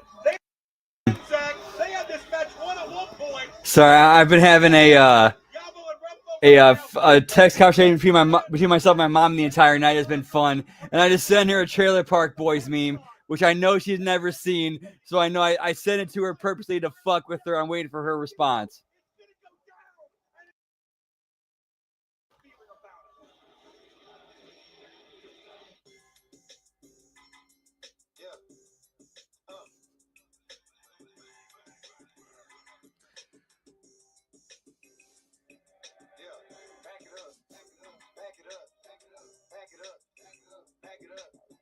It's your chance.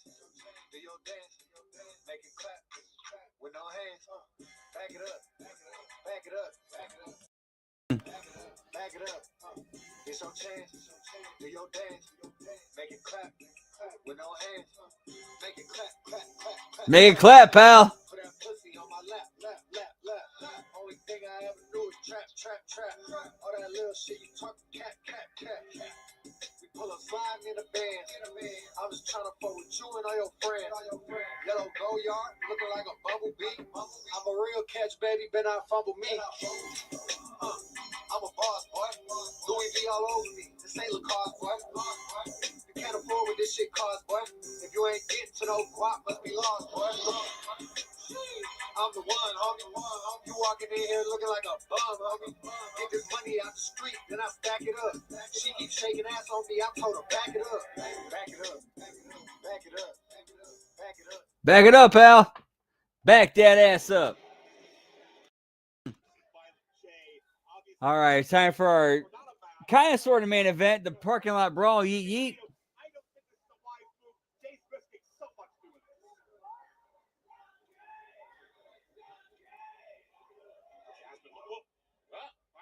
He's got the kendo stick. Violent Jay's ready for battle. Jay, think about this, Jay. Think about this, Jay. Jay. A Violent Jay with that kendo stick. This parking lot fight has begun. Violent Jay is assaulting Big Vito. Vito's paying for all of his sins, all of his abuse of power, all night, all month. And Violent Jay's kicking Vito's ass.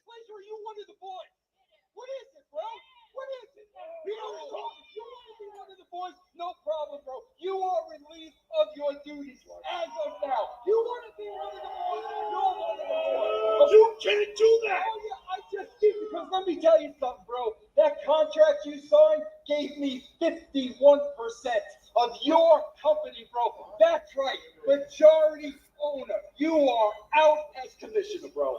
Swerve, bro. Vince Russo just fired Violent J as commissioner and said, you want to be one of the boys? You're going to be one of the boys now. You're fired. You're now a wrestler on the roster. You're fired as commissioner. You're one of the wrestlers on the roster. Cliffhanger, bro. Good shit. Whoop, whoop.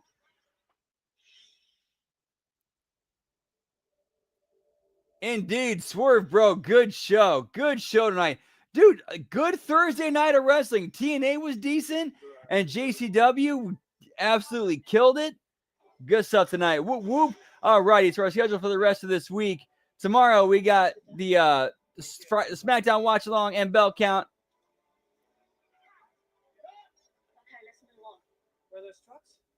Yeah, pal. Whoop, whoop. Yeah, it has been a minute since he's been an on-air character, and he killed it tonight. He did a good job, and and he also didn't overstay his welcome either, which is a good thing. All right, so that is it for this show tonight. Whoop whoop, yeah, pal. So yeah, tomorrow we got the SmackDown Watch Along and Bell Count, and then the Smack Attack either that evening or Saturday morning or afternoon. Not sure about that. And then Saturday evening, I'm going to try to do everything I can to try to put together. The only thing that's in the way is my work, but I'm going to try to do everything I can for Saturday. Do a NXT Deadline Watch Along, and then follow it up with a TNA Final Resolution Replay Watch Along. And then on Sunday we got The Wreckage, followed up with HMG After Dark.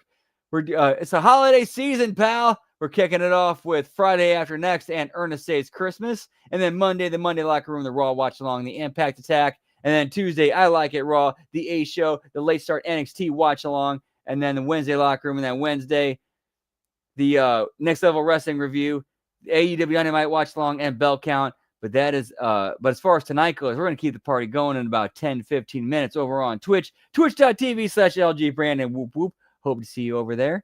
If I don't get to see you there on any of the shows, hope you have a great rest of your night, great rest of your week, and much love. Whoop, whoop. Yeah, pal. Take care, y'all.